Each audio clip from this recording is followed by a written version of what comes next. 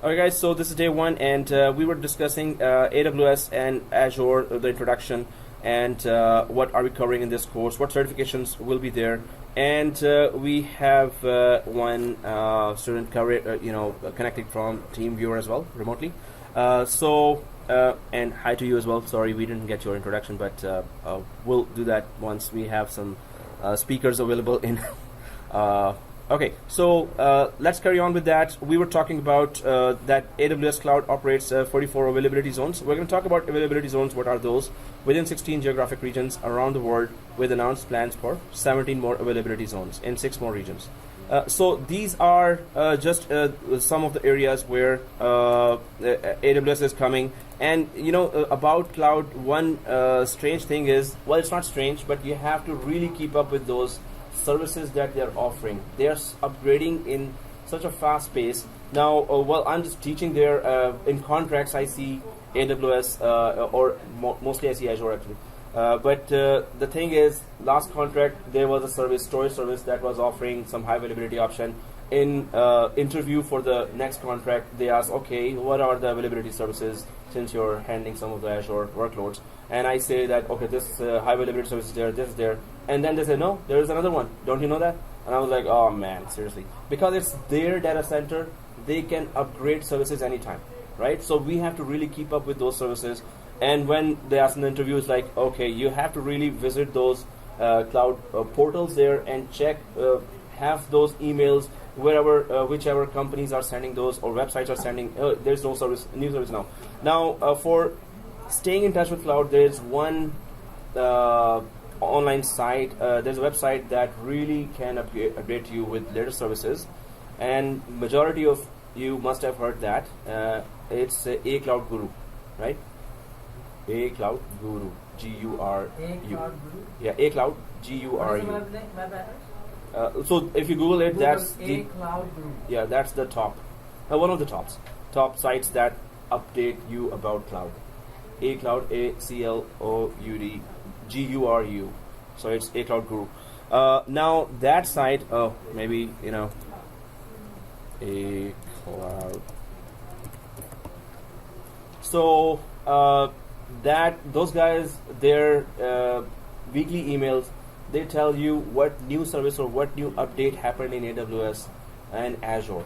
So that's how fast paced it is. Every week there are new updates coming on, and without that kind of email services, you can't know that what service is there. In the interview, when they ask about services and you're like clueless about something that is new, they should understand that this may be introduced last week. So, but we should be keeping up with what new services they have improved. Now, in last course, there were some services, and new course, I discovered, oh, seriously, they have upgraded that. They've added a new one. So I have to keep up with all those new services. AWS is offering 1,300 plus services there.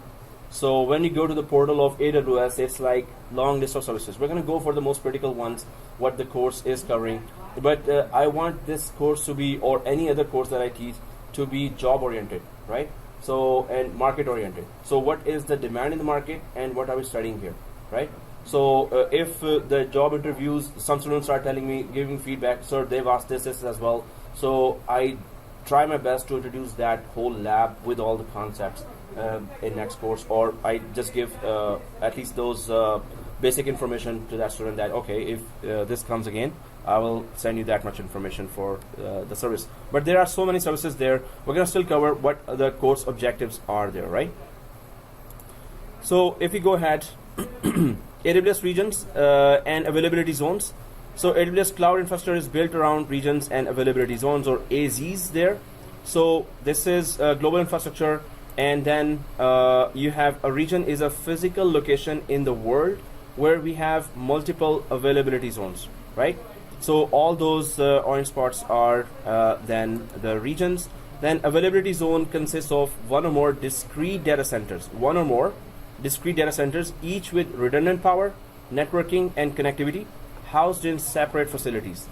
So availability zones, there could be 2 availability zones within a region. A region would be, Canada East region, Canada Central region, US East, US West, US Central, US South region, and then Singapore region. There could be all major regions there or major cities there. But then they will have multiple availability zones. Suppose Canada East is a region. Suppose so availability zones will include data centers in Toronto, Mississauga, Vaughan. It will be in nearby cities, right?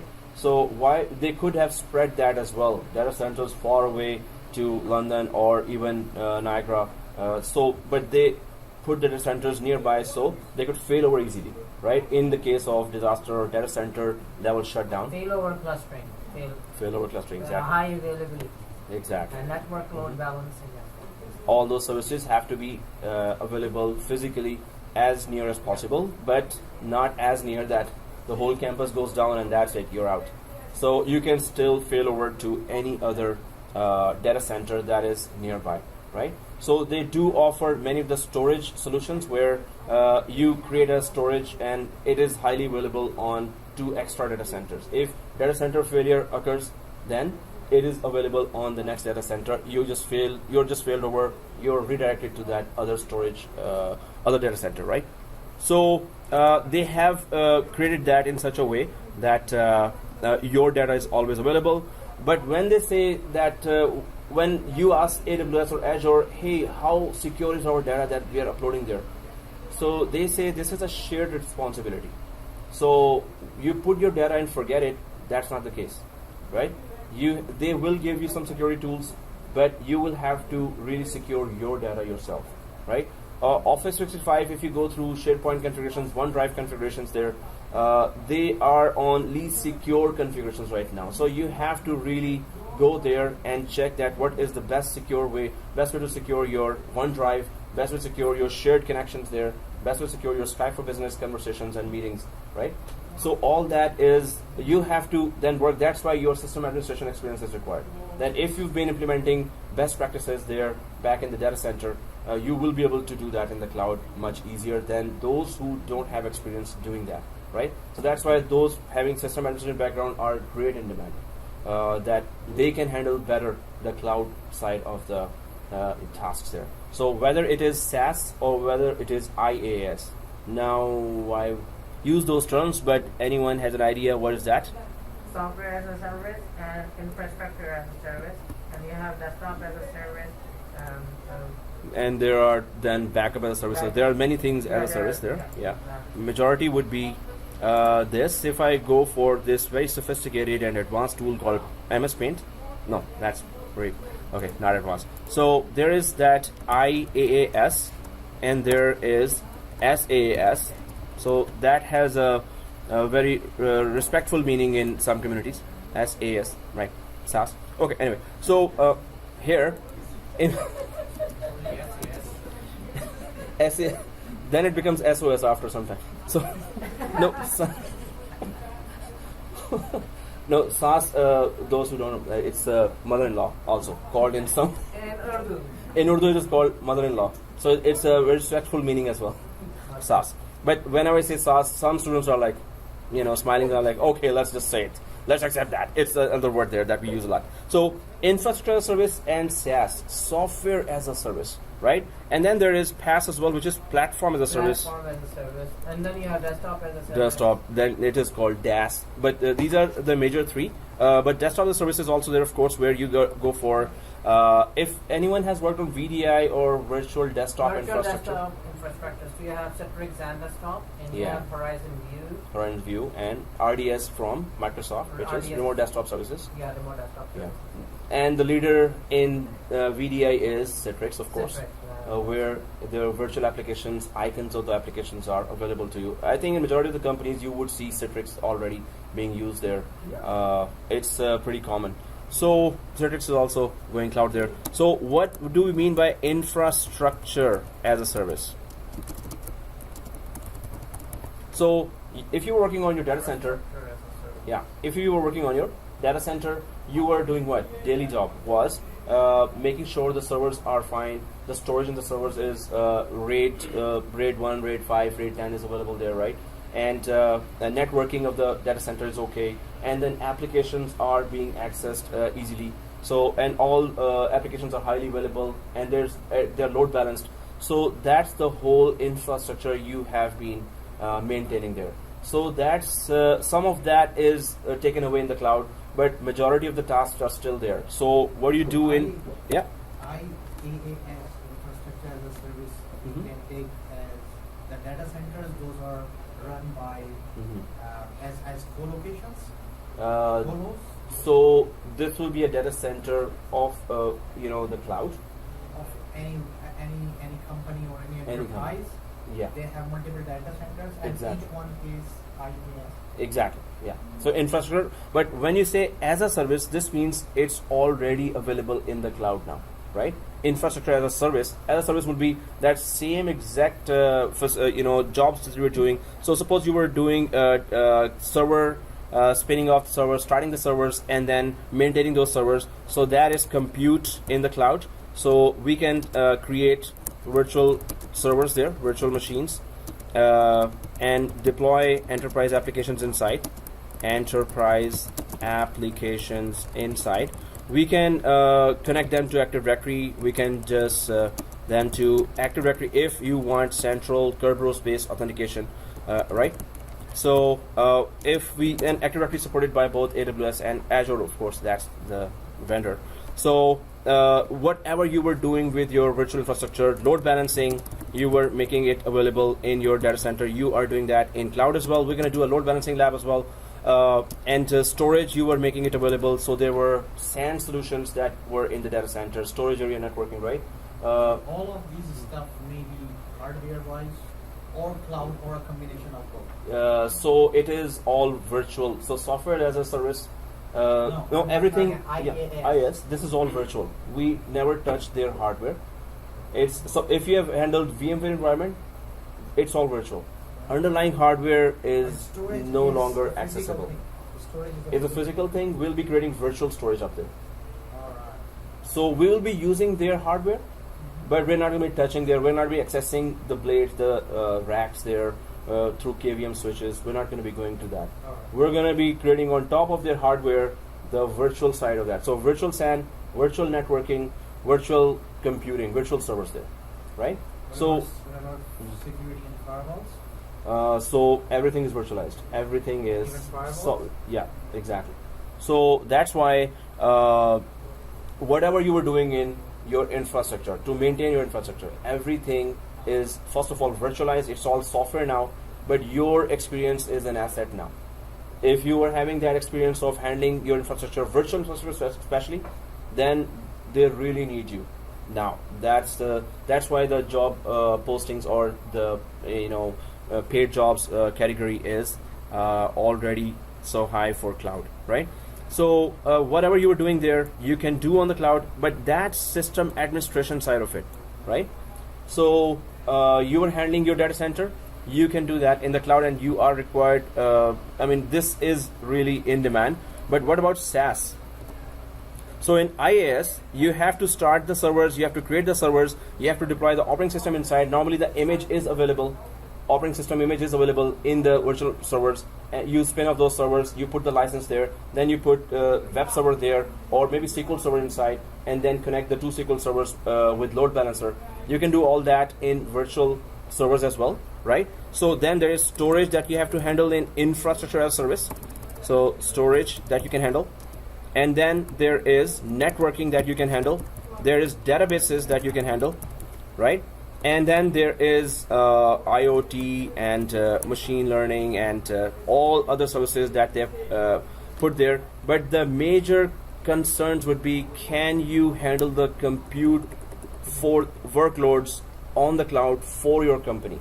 The virtual servers related all the services. Can you make it highly available? Can we, in Azure, we're going to have a lab where we're going to create a hybrid environment. We're going to have one server in our laptops here or desktops, and its passive machine will be in the cloud.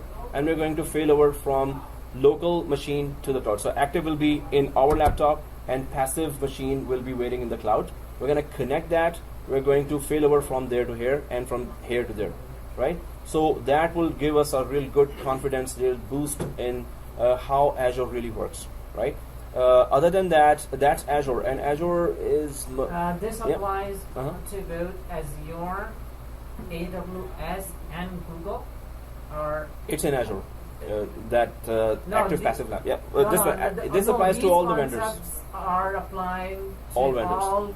like these are basic concepts of cloud. Yeah, and virtualization. Virtualization. If you had a data center virtualization, Data center that's the same virtualization. thing you were handling before. Yeah.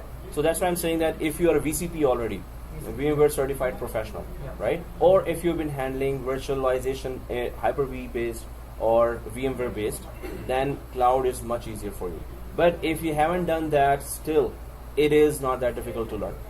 It's still how to start a server, how to handle an application, how to configure a load balancer, how to configure firewall security. Same tasks are there. It's now only virtual.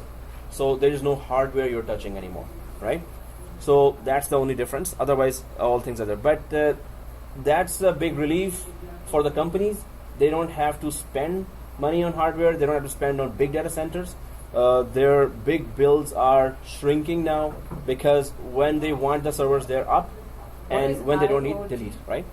Internet of Things. Internet of Things, yes. Internet of Things, and that's where all the things that are connecting over the internet. So suppose you have smart houses, you have smart cars, and they are connected, they are being remotely controlled.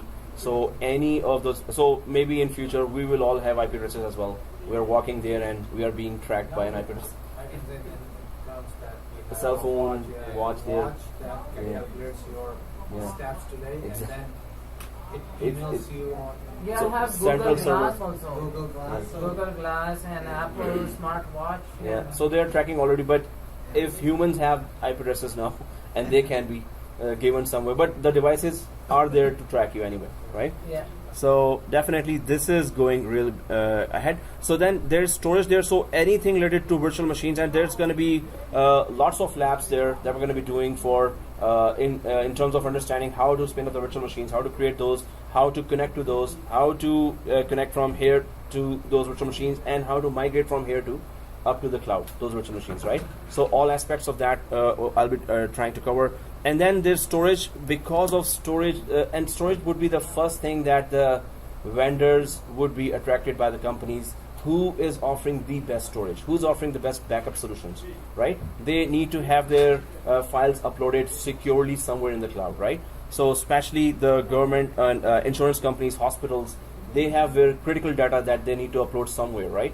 So they have SAN solutions themselves. They have remote archive solutions. There are so many data centers in Toronto now. Many buildings they are converting to data centers because this business is really boosting now. So whoever has some cash, they are going for let's create a data center, let's offer services, right? So some of the in many companies, this is the compliance policy that your data must not leave the country, right? So then you need local data centers. So that's why AWS, Azure, Google Cloud have their presence in every major country there that have a lot of business. So storage would be the main. In fact, AWS was there introduced by storage features there, right? It was most The clients were storage there is on in storage. Cloud, right? So Yeah. the storage is on cloud. Yeah. For example, email. Mhm. Let's say our Microsoft Office 365. Mhm. The storage is already on cloud. right? But storage separately being used as to upload files and services and backup solutions, Like especially. the Microsoft Otherwise, OneDrive, everything is for on the example. storage anyway. Yeah, that's Microsoft basic. OneDrive. Mhm. You have, Yeah. Google has it as well. Mhm. So AWS was introduced as storage, and one company that is earning in billions because of just using AWS storage. Do you know that company? There's one company that movie company, right? no. The Oh, Real Times Netflix. Netflix. Yeah. Well, they are using storage, but there is one company called Dropbox. Dropbox. We use that every day. That guy is using well, one of the developers only. He's using AWS S3 bucket. So S3 bucket is a container of the storage there, and he started using that. He started offering that. He created a very good interface on top of that. Now that company is skyrocketing, right?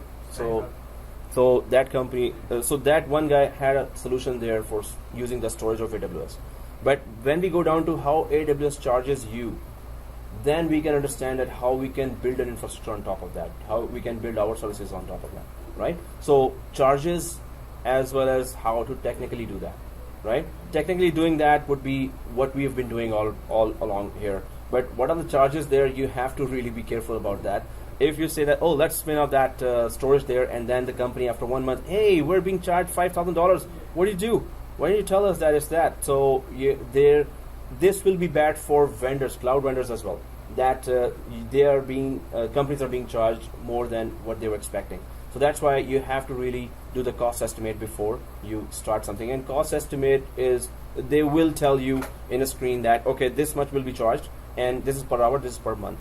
So cloud, AWS and Azure really cover that area as well, that hey, you're about to be charged for this, and this will per hour, this many cents per hour will be there. So storage is one thing that you'll be configuring. You're not configuring SAN there, right? So it is going to be just virtual disks that you're creating there, and there are two types of storage there: object-based and block-based. Object-based storage is that you put files and folders there. Block-based storage is that it supports all the virtual machines, so all the IOPS are supported there on block-based storage.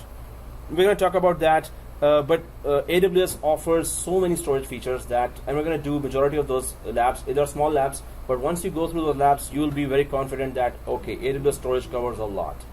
Then you will go to Azure storage.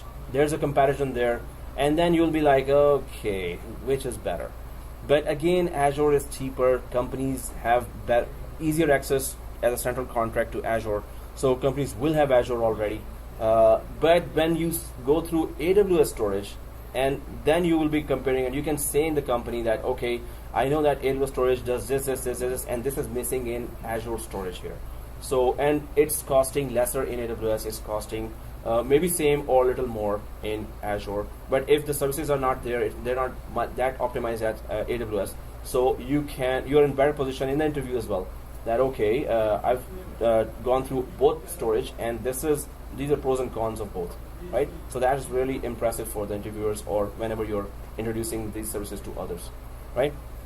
So storage, virtual disks, and also block-based as well as object-based storage. So we're going to talk about that. There are many features there, how to make it highly available, how to make it available for your clients in Europe or Singapore or Japan or any other country other than North America. So we will be talking about that. We're going to do those labs there to understand the technology. Object-based storage.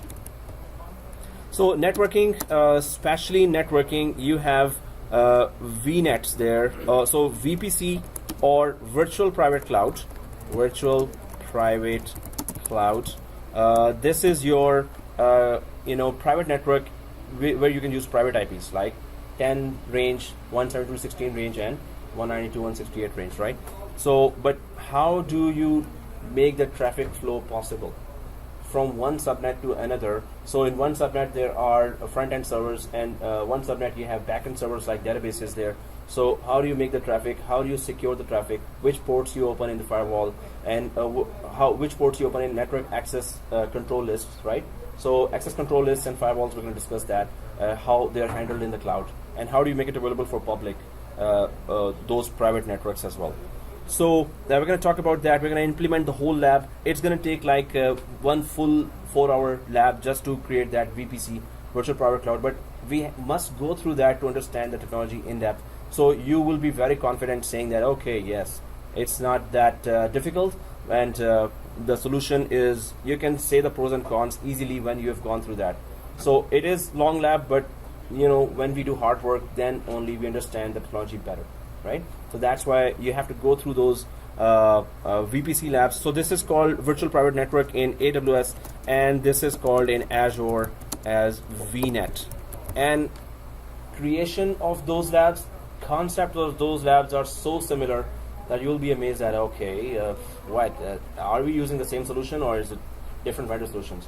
Exactly same amount of subnets you can create in Azure, same amount of subnets, same way you can give access in AWS. So the concept is exactly the same on both AWS and Azure. But we're going to do both labs. So we can understand the interface of VNet or Azure, how it is done in Azure, how it is done in. So critical labs will be done on both clouds, right? Which are being used in the market. So it has to be job oriented, so you have to know what's in the market and how it is done there, right? So databases, that's a major portion there. Any company, have you heard of any company that doesn't have a database? So I haven't. So every company has a database, Microsoft SQL Server, Oracle servers, and then there's NoSQL there as well. That is now a trend as well. So how many types of databases are supported on both types of clouds and cloud vendors, and also how can you try to access a typical database, and what are the high availability features, what are the processing and memory available, and how many types of databases again are available there. So we're going to talk about then all the database solutions. Now many of the administrators, system administrators, or many of the students haven't gone through databases before, right? So whenever I start talking about databases, it's like they're staring at me or they're staring at their cell phone, and they're like, okay, teach, are you done or what? So it's pretty boring, but we have to go through that, and we have to at least know, it's good to know that how many types of databases and what kind of processing and memory and networking is available for all those databases. How many types of database solutions are there? How many are free solutions? How many are paid solutions? So you should know all that. Yeah. So you should know the concept, and yeah. You must have the information about the database. Like if you have been working with it, then definitely you have background. But it's good to have. Yeah. Work. If you haven't worked on it, you will have to face it one day or Monday. So it's database. I was trying to avoid in every contract. Okay, don't give me queries there, please. Any other thing, but I have to face it. Hey, there's a database there, and there's cloud there. Or if it's not a cloud contract, still you have to face it. There's Oracle database there. There's SQL database there. There's open source databases there as well. So you have to know them. They are there. You cannot avoid them, right? Huh? DB2 from IBM. There are many other, right? So how cloud handles them and how much they are offering for that. They're really trying to grab the market. There's a war going on between those cloud vendors. Hey, we offer better database services. Others saying, no, we offer better database services. And the Google Cloud is saying the same thing. So you will see a big portion of databases there. And you will have to face it if you are going for virtualization. But it's not like you have to start going inside, create databases and start querying how to retrieve data, how to modify data. It's not like that. There's a big right? data as well. So Yeah, Hadoop, data warehouse. You require data warehousing, and Exactly. So it's really, data market is really going up. So the more knowledge you have, the better. IoT, and this is one of those services, Internet of Things. I'm just gonna put that there, Internet of Things. But it's good to know a concept. This is one of the services there. We're gonna talk about that. But when I go to the AWS console now, there you will see a big portal there with long list of services after services after services. So we're gonna go for the critical ones that really every company's concern is. And according to the exam objectives of associate level, right? So we have this infrastructure service. This is better suited for system admins, administrators, network administrators, network system, network administrators, network analysts. If you've handled any kind of infrastructure, so IaaS, which is the course is all about. So AWS and Azure will be covering infrastructure as service. So whole infrastructure is handled, how we're going to be learning that. So if you already have that experience, this course is for you. If you don't have that experience, still the way we're going to do the jobs, labs, you're going to understand that so easy, very easily. And I'm going to be recording the each and every step of the lab, all the concepts there, all the lecture. So you're going to have that video. You can repeat that as many times, right, at home. And as I said, AWS is very generous. You can create one account, free 1 year account. You can create 2, 3 accounts as well, free 1 year accounts, and keep on practicing. But the thing is, if you create 2 or 3 accounts, just remember what services you started there. You better delete them. Otherwise, you started there and then started on that account, and then when you go after 2 months to that other account, oh, there's $15 there, $20 there. Seriously? So our concept here is, in the class, let's start the service, let's understand the service, go through the labs, and at 2 o'clock, delete that. So we're going to make sure every day when we create something, we create storage, we create virtual machines, we create anything, we're going to be in the practice of deleting it at the end of the class. If you want to play with it, you don't have to delete that, right? You can keep it there, practice at home, or delete it after we are done in the class, and then go home and start creating those again. Virtual machines, suppose we create 5 virtual machines, we tested load balancing. Now that whole lab, we're going to delete at 2 o'clock, right? Are these all online? They're on the AWS Cloud AWS itself. Cloud. Yeah. So we're going to have a free 1-year account, right? So everyone bought their credit cards, right? Okay. So, yeah, that's obvious.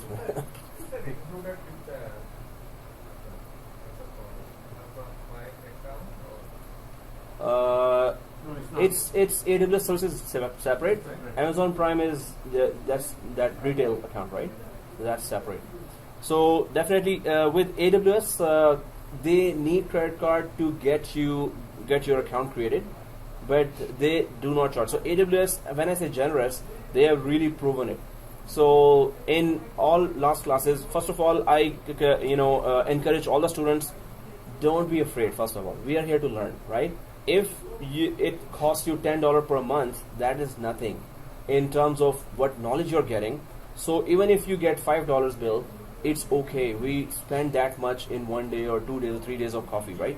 So if you're getting that bill, first of all, it's okay. Second thing is, if you email them, hey, I have a free tier account and I'm testing the services and I've been charged $5, $10, they at once reimburse your money. And I haven't seen an example where student was denied. Unless the 1 year free tier is done. Unless it is no longer free tier, then of course you will be charged. But if you do that, go in depth. Try this lab, and try that lab. Don't be afraid. Some students were really, no, my credit card is there. So it's like I was doing all the long labs and the students were, I'm watching, it's okay. So without doing that, you cannot have the confidence on the product, right? You will know that, it happens. But that confidence that with which you want to speak about the product in the interview, that confidence will not be there, right? So they will also know you're kind of hesitating to tell when you've done the lab, the way you're going to talk about that product will be on different level. They will have a confidence on you. Wow, this guy knows what he's talking about, right? Because you've gone through the whole lab. You know the technology then. So don't be afraid. Go ahead. It's a free tier. And whichever long labs I'm introducing, go through all the labs. Your confidence level will increase on AWS. The way you will talk interviews, get that right away. The way you're talking about the product, right? So if you've gone through it, the confidence will show that yes, this is the guy we need, right? So that's why you have to go through the labs. Yeah. I mean, are you going to show like the manual creation of the servers, or are you going to go a little bit advanced and try to automate the creation of the server? The reason I'm telling you, because I'm DevOps. I'm in the field, and I don't like the manual creation. I like to automate as possible. If somebody is looking for a job in this area, it has to be automation. It adds a lot of value to automate it. So exactly. So there are scripts there that we're going to be doing that. Some of the using any particular tool like Terraform or Ansible or anything? No. Just using cloud, their tool, their services, yeah. They have their own automation services there for everything. Majority of the repetitive tasks, they have their own services available. But there are Ansible scripts, there are other tools that are available, and there are a lot available, and we can try one of those as well. But there are, because there are built-in services there already, so when you use that, you may not need, although customization is where you really need than other tools. Right? So then some of the features, they don't require automation. We need to first understand that how they basically work, right? Well, then we can, the basic, then the we other can. advantage that I see with the external tools is you can use one tool for AWS and one Azure. tool for the same tool Exactly. for Azure with the cloud. Exactly. So then you Google need Cloud. to learn each one of those. Right? Definitely. That's also a very good input. Have you been doing some automation already So in your? this has been my focus. Like you showed one slide there. It takes 10 weeks to create a complete environment. So this is what I've been pushing the team is. I need the whole environment. What we used to create in 10 weeks, I need the whole environment created in 1 day. Yeah, exactly. This is what the virtual environment you're talking about. the complete virtual environment. Yeah. But it has to be repeatable. So this is why I was focusing on those automation. Tools. Yeah, definitely. Yeah, the built-in tools are very effective, very good, and because they're made for automation, so you will see that all solutions are already there. But when you go for customization, yes, not every feature is there. So then we go for customization. But as far as the tools are concerned, we're going to use at least the internal services there to at least check that. How do we get that? And that's a very good project. We can do that. How to get the whole infrastructure readily available in 1 day or 2 days. That would be a very good incentive to go ahead for. So then there's IaaS is what our course covers, right? Infrastructure service, how we're handling compute, storage, networking, databases, and some of the other services there which are actually related to DevOps. Mostly the developers are to gain a lot from this cloud solutions, and they can run their code much faster. They don't need that whole infrastructure requirement anymore. So other than that, we're going to be talking about some of the services that are not mentioned in IaaS or not mentioned in the course as well. Then there is software as a service. So the example is very simple. Anyone can give me an example of that? Software as a service. SaaS. Gmail. Office 365. Office 365. Then there is Salesforce.ca. So all those applications that are available right away, you start using them, you pay them and start using them right away.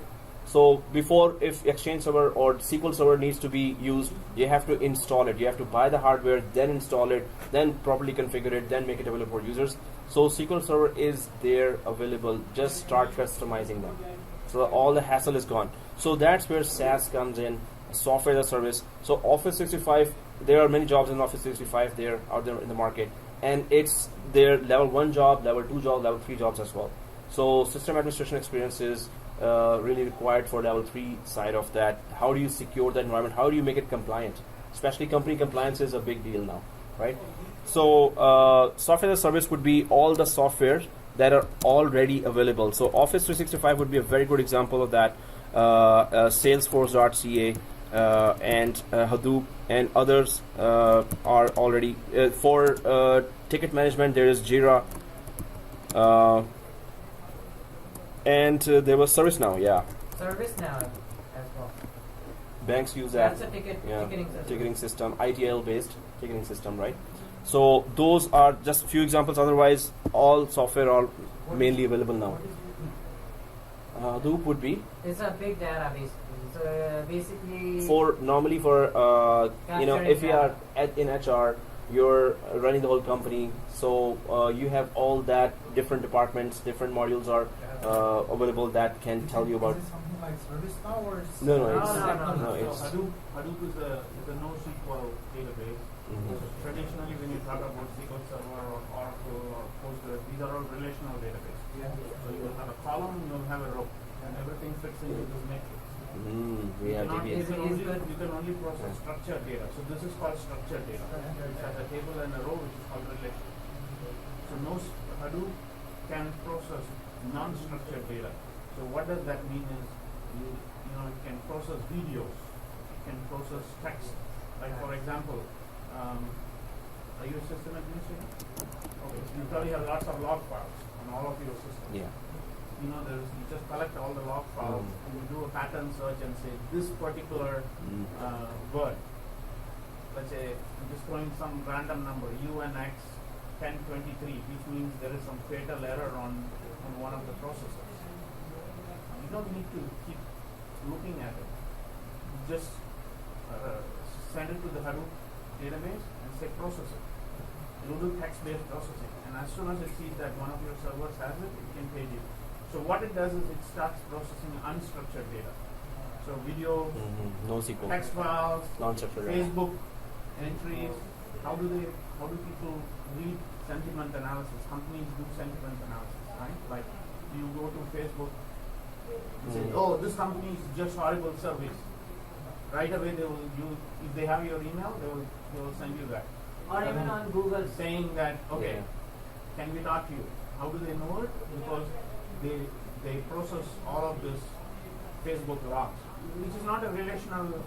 Now I Because it's unstructured, right? NoSQL. So they are able to process all of this using NoSQL. Now I understand. Hadoop. So basically, what is Hadoop? Is basically the core of Hadoop. Sorry. No, that's very good input. The core of Thank you Hadoop for is that. called HDFS. What is it? HD is HDFS4? Yeah. What is the full form? It's a file system. It's basically a file system. You know, you have different file system formats, right? I believe it's a high definition. Oh, yeah, yeah. high definition file system. It's called high definition file system. So all you do is you put all of this data into this HDFS storage. You can do NoSQL with the S3 as well, right? So And is it available online as well? Yeah, it is available online. As a SaaS? It is available as a SaaS. Software as a So you service. can, there are various flavors available. So you just put all of your content in the storage, and then on top of that, there is an engine that can process all of this effectively. Perfect. So plain English, it can process anything that is non-structured. That's all Hadoop is about. Thank you for that, sir. Excellent. That's a very good input. Very good. Yeah, Hadoop is mentioned in many job requirements there. Some of the job requirements, especially for then DBAs and developers, Database especially. administrator.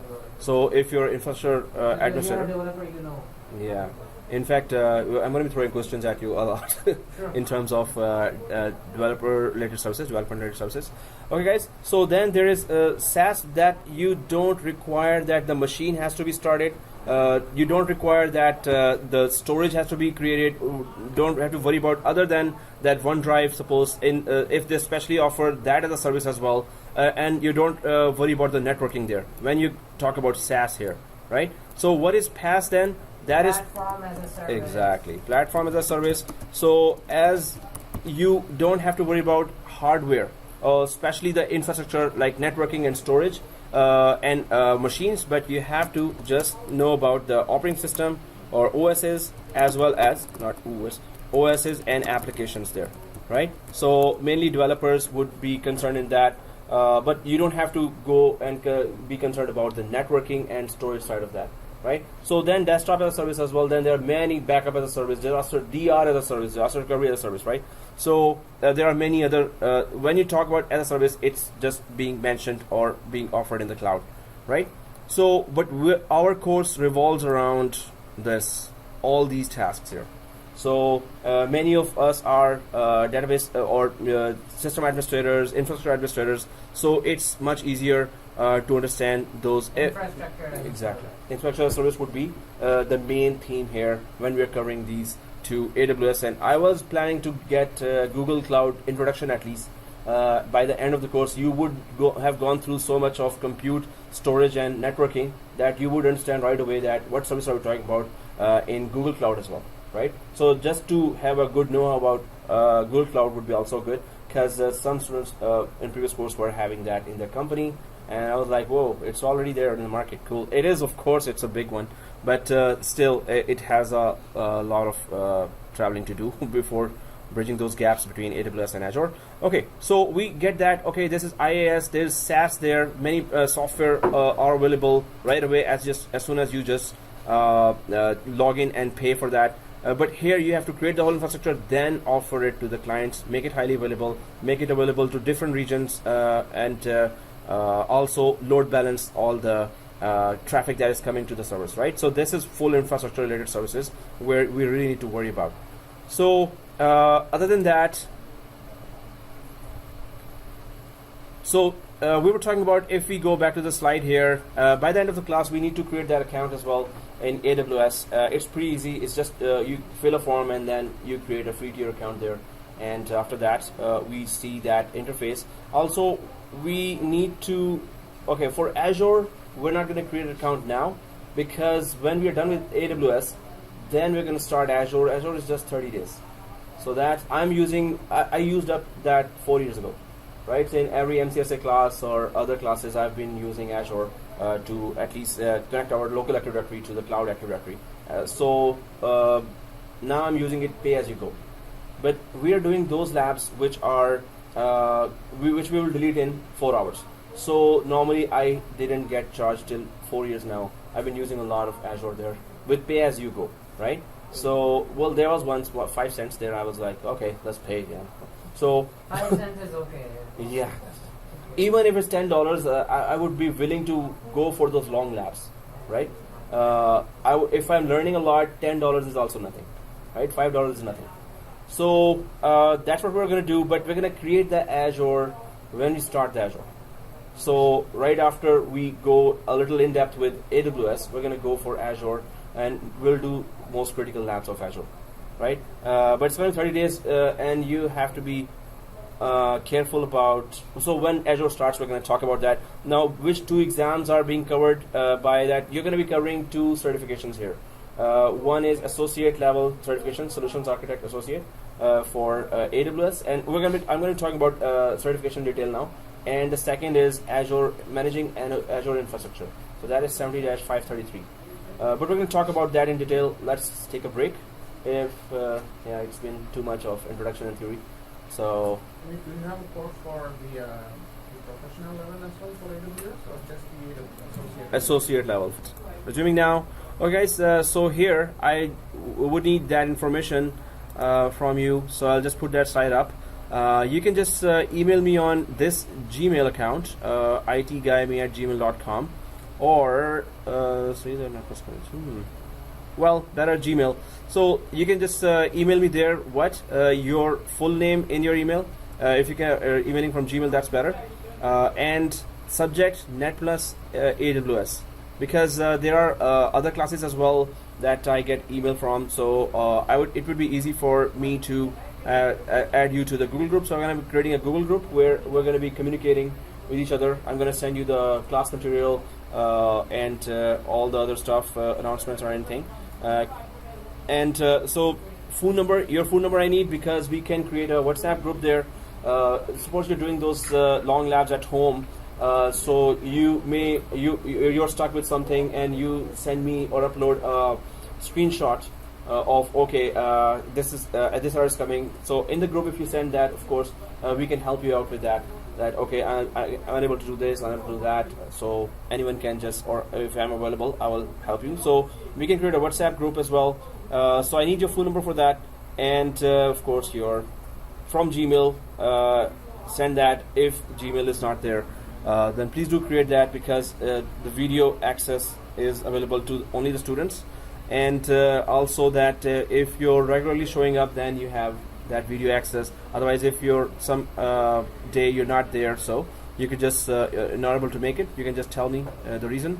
I will still add you to the YouTube video class videos. They're all private videos, so only you will be able to see that. You have to have the Gmail open to see the video. As soon as you close the Gmail, you won't be able to see the video, right? So it's going to authenticate from the Gmail. So I need that Gmail, and I'm going to be adding it to the video, that if this Gmail from there somebody's accessing the video, let that person see that video, right? So please take this information, or write it down somewhere, or take a picture if you want of this. Normally I'm lazy, so I normally go for a picture. Okay, I'll email later. But any of the information here, you could just please send me. You can just write it down or take a picture of that. So if this is done, I can go ahead. People are typing. So if just put the subject there, Net Plus AWS, so I could create that Google group, WhatsApp group, and everything, and the slide for the day. So what 2 certifications we are covering, we're going to talk about that as well. If you've taken that information already, just gonna go down to where we were, and let's go a little faster now, just to have some more intros there. So how many companies have AWS? There's a link for that, and that's a very long list of companies that have Azure, or AWS actually. We're still talking about AWS right now. So there's a link on the slide. If I just go all customer success stories, and this goes and goes and goes down, you can just see the slide bar there, that it goes and down. So this is all the companies, maybe there are more, but that's a huge amount of companies that are using, and there is their success stories or what services they've been using. So some of the projects that you may be facing later. You can see that which company was doing what project, what they were deploying there, how they deployed that. So their success stories are there as well. So that's a very good input for how AWS is professionally being implemented in companies, right? So this is in the slide as well. Otherwise, just go for solutions case studies, AWS solutions case studies. If you Google that, you can just get that. Otherwise, it's in the slide. I'm gonna send you the slide anyway. So I'm just gonna minimize that. This is Azure versus AWS reliability and uptime. Both Microsoft Azure VM and Amazon AWS EC2. EC2 is that VM virtual machine for AWS.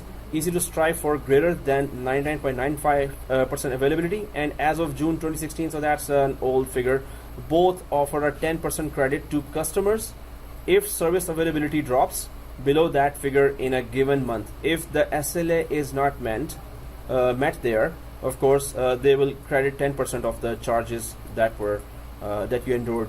If uptime ever goes below a 99%, 2 nines in a month, that credit jumps to 25%. They will give you back, reimburse you 25% of that if this SLA goes down below 99%, right?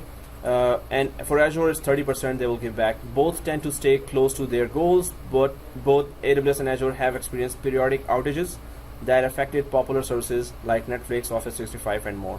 So anyway, these are just some of the details that they'll be offering you the reimbursement if their fault is from their side and they did not meet the SLA there. So in 2016, 2017, there were some outages there on region-wide outages were there. So North American, some of the services were not there, or European side, some of the services were not there for some amount of time. So this happens, and normally companies keep a track of from different sites that who had more outages for what kind of service. So companies normally ask that as well, that you have any idea that which ones are more reliable, which ones we are going to be putting some very critical workloads up there in the cloud. So in that case, which services are in which vendor more reliable and which had more downtime. So people then go for different sites there. You can just Google it and you will find so many companies that are tracking their reliability factor and all other factors, especially critical services, how many times they were down in 2017. So then the companies go for business, let's do business with that one. They had the least amount of downtime, right, for these services in those regions.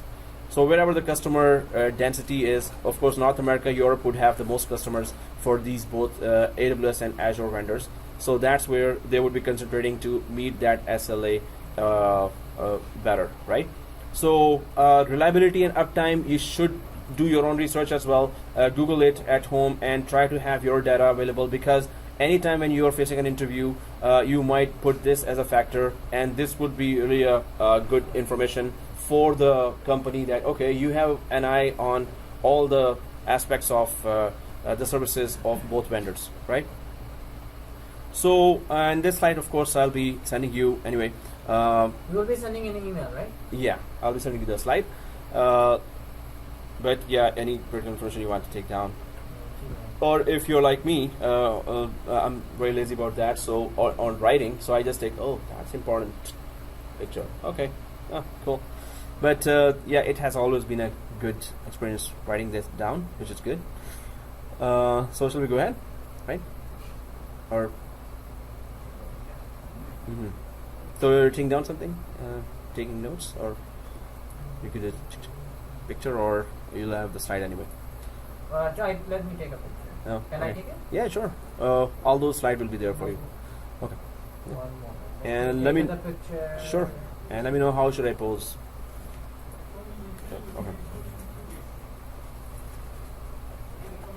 Okay. And it's in the video as well. So, but separately, slide will be available. Now, Microsoft Azure Cloud, the cloud you can trust with the numbers to prove it. 62 compliance offerings, the largest portfolio in the industry. 90% of Fortune 500 companies trust their businesses on Microsoft Cloud. So that's Azure right now. 120,000 new Azure customer subscriptions per month. Wow, that's big. Azure is really filling that gap, but still gap is big. AWS is the market leader, so they both are competing with each other. Yeah, there's always. There's always competing. Oh, okay, guys, just a sec. There's someone resuming.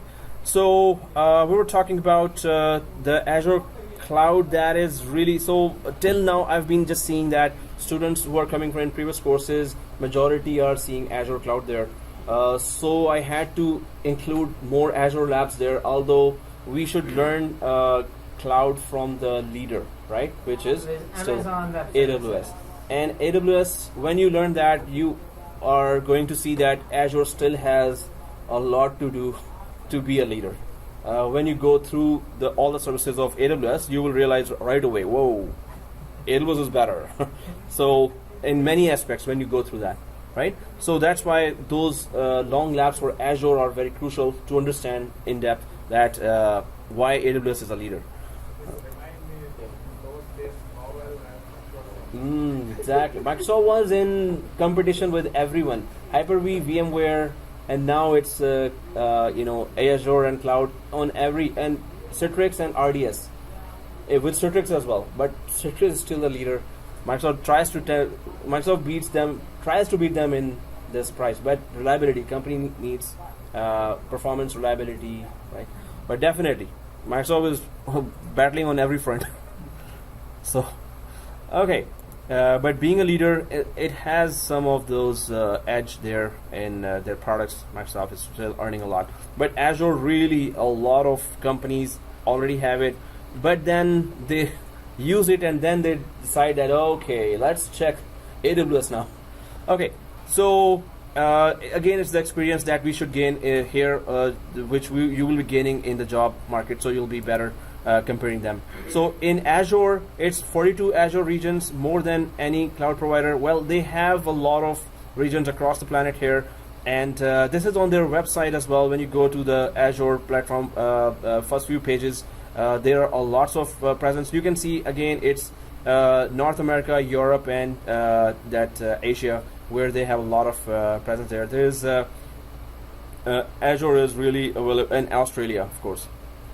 But yeah, so Azure is there in South Africa, but AWS didn't bother there yet. So we can see that both are, and why should we learn AWS and Azure? There are many cloud players in the market. So there are, other than that, AWS, DigitalOcean, Azure, IBM Cloud, Terramark, Google Cloud Platform, VMware's also, there's vCloud there, but now that VMware is using AWS, so it is even more reliable. So there are many cloud vendors there, major cloud players, and compute market share of 31% in the global cloud computing for Amazon, and 11% in the global cloud computing market. So it's cloud computing market. So it is a leader. So 31% is bigger, and Azure has 11%. Yeah. So again, what had been the overall downtime for both cloud leaders? AWS had 108 minutes of downtime in 2016. And Azure had 270 minutes of downtime in the year 2016. But again, these are the estimates for 2016, 2017. They may have improved. Some downtime gap may have been covered.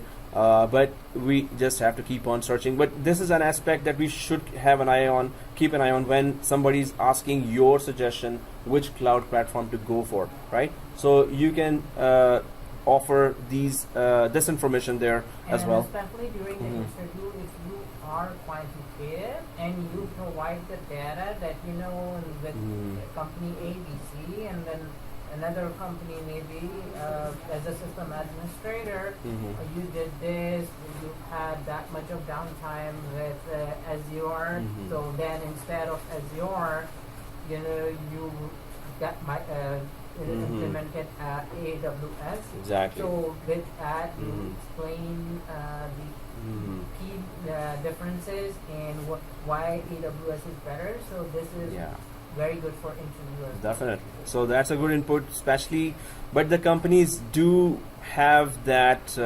budget-related issues always.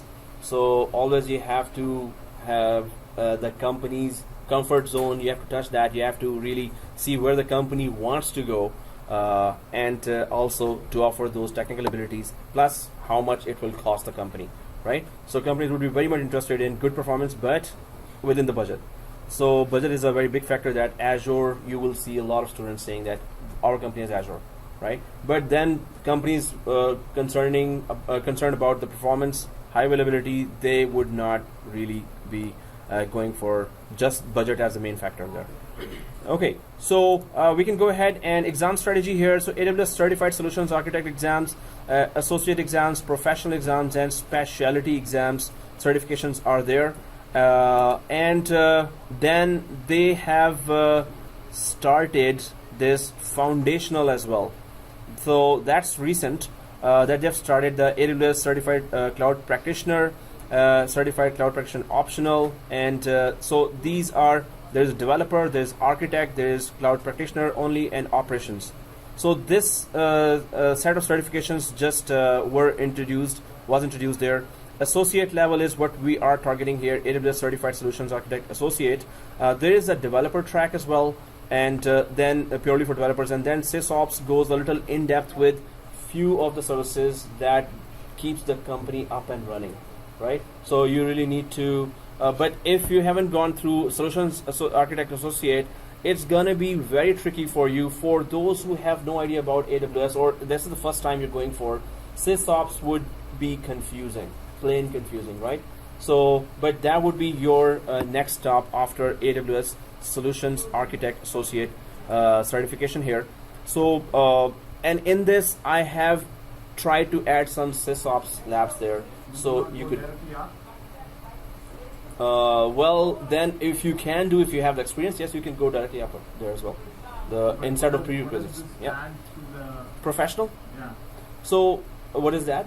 What does the SysOps Administrator Associate add to the solution? So it's just fewer services, like going for specialty troubleshooting and design, specialty troubleshooting and management and design, right? So it goes for then if scenarios where the services are down, where the logs have to be created, where maintenance related and management related tasks are. So it concentrates on fewer services that would really keep your infrastructure up and running. But that is, yeah. So it will be troubleshooting and design mainly. So here, certified solutions architect, we get to know all the services first. We get to know how they really work, which scenarios they will be used for, and then you go down to some professional services there, right? Or especially SysOps, where you have to go for fewer services. But if you don't know a lot of other services, that might go against you, because in interview there are 1,300 plus services there, right? So whatever they are interested in, they want that you would know as well. So this is not introduction. Associate architect exam is not difficult, not easy. Difficult. Sorry, it's not easy, and only 2 students have passed just now, recently within last month, and the AWS mentioned on their side, we know how students are passing the exams. Do you know that? Sample questions, right? From different sites that are there. So they openly say that we know how students are passing. So they are changing their pool of questions so fast that you have to really understand. If you understand the concept, you will be able to give the exam. If you don't understand that, those sample questions will not help. So students are normally quiet about if they fail. So, but I know that 5 of them didn't make it. So others, only 2 of them, and they also told that okay, whatever we did in the lab, that really helped us give the exam. So the best strategy after doing those extensive, we're going to be extensive in AWS labs, right? Because this is a leader, we really understand cloud better here. So then after that, if you are ready to give the exam, that would be the best time, because concepts are fresh and clear, right? VPC related labs, network, how to configure a private network there, how to configure Lambda and data warehouse. There are many other concepts. We're going to talk about the certification, and during the course, I would be providing you sample questions. Again, sample questions, right? But we have a teacher-student, membership here. Like we have exam collection membership for sample questions video. Okay, because I'm recording that now. So for sample questions, so that's $20 per year. We are having that. So I've downloaded that software. It's a total $500, $490 software. So then I download new certificates and convert them to PDF, right? So this is where you can do all other certifications, but especially for this, the sample questions are 1,016 questions. Just the sample questions. But if you go through them, they will really help you understand how AWS is going to take that exam. So AWS is really, those guys are sharp. They know the market. They know how people are passing. They need some quality, administrators there who really understand the concepts. So the way they're going to ask the question, the way they're going to keep on changing the pool would be that if you understand those concepts, you will be able to answer all different types of questions there, right? So when we do the labs, we're going to go in depth. So the students said that that really helped understand majority of the questions there, right? So my suggestion would be, while we're going for those concepts and labs, by the mid of the course, you should start reading those questions. So get that certification. Important thing is, Yep. like you need to master the concepts. Mm-hmm. Besides the concept, you must have the experience, because many times during work, certification is good, but you need to have the experience working with AWS To make the thing happen. Yeah. to deliver results. Because the companies are looking for results. Mm-hmm. They care about certification, but more importantly, at the end of the day, they're You have to looking for implement that. results. So Exactly. you need to be expert in delivering the result, designing, implementing, and providing support and doing the job with AWS or Azure or both. Yeah, so mainly if you are interested in certification, that would be the track. If the main concentration, of course, should be that you have to deliver, you have to make it happen. Exactly. So definitely that's why the labs are there, the concepts are there. Yes. Those who Certification are is interested in important. certification, Delivering the results you should is start important. reading them. Because Yeah. at work, in the corporate environment, Of everyone course. has seen this, because I'm working and I know that certification is good, but at the end of the day, they want results. The company from the You have to make it corporate happen. side of the things. Yeah, you're right. So, but for those who are interested, right? Yes. So definitely, if you don't understand the concept, there's no job there for you, right? For us, there's no job for us. Exactly. Okay, guys. So this is the track there. We're at the mid of this. This used to be the first certification, but then they introduced a slightly easier track.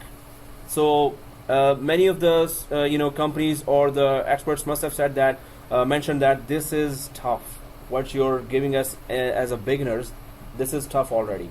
So they have started even easier one, foundational one. Yeah. So practitioner, if you're not planning for this, and yes, it is tough, then at least go for cloud practitioner.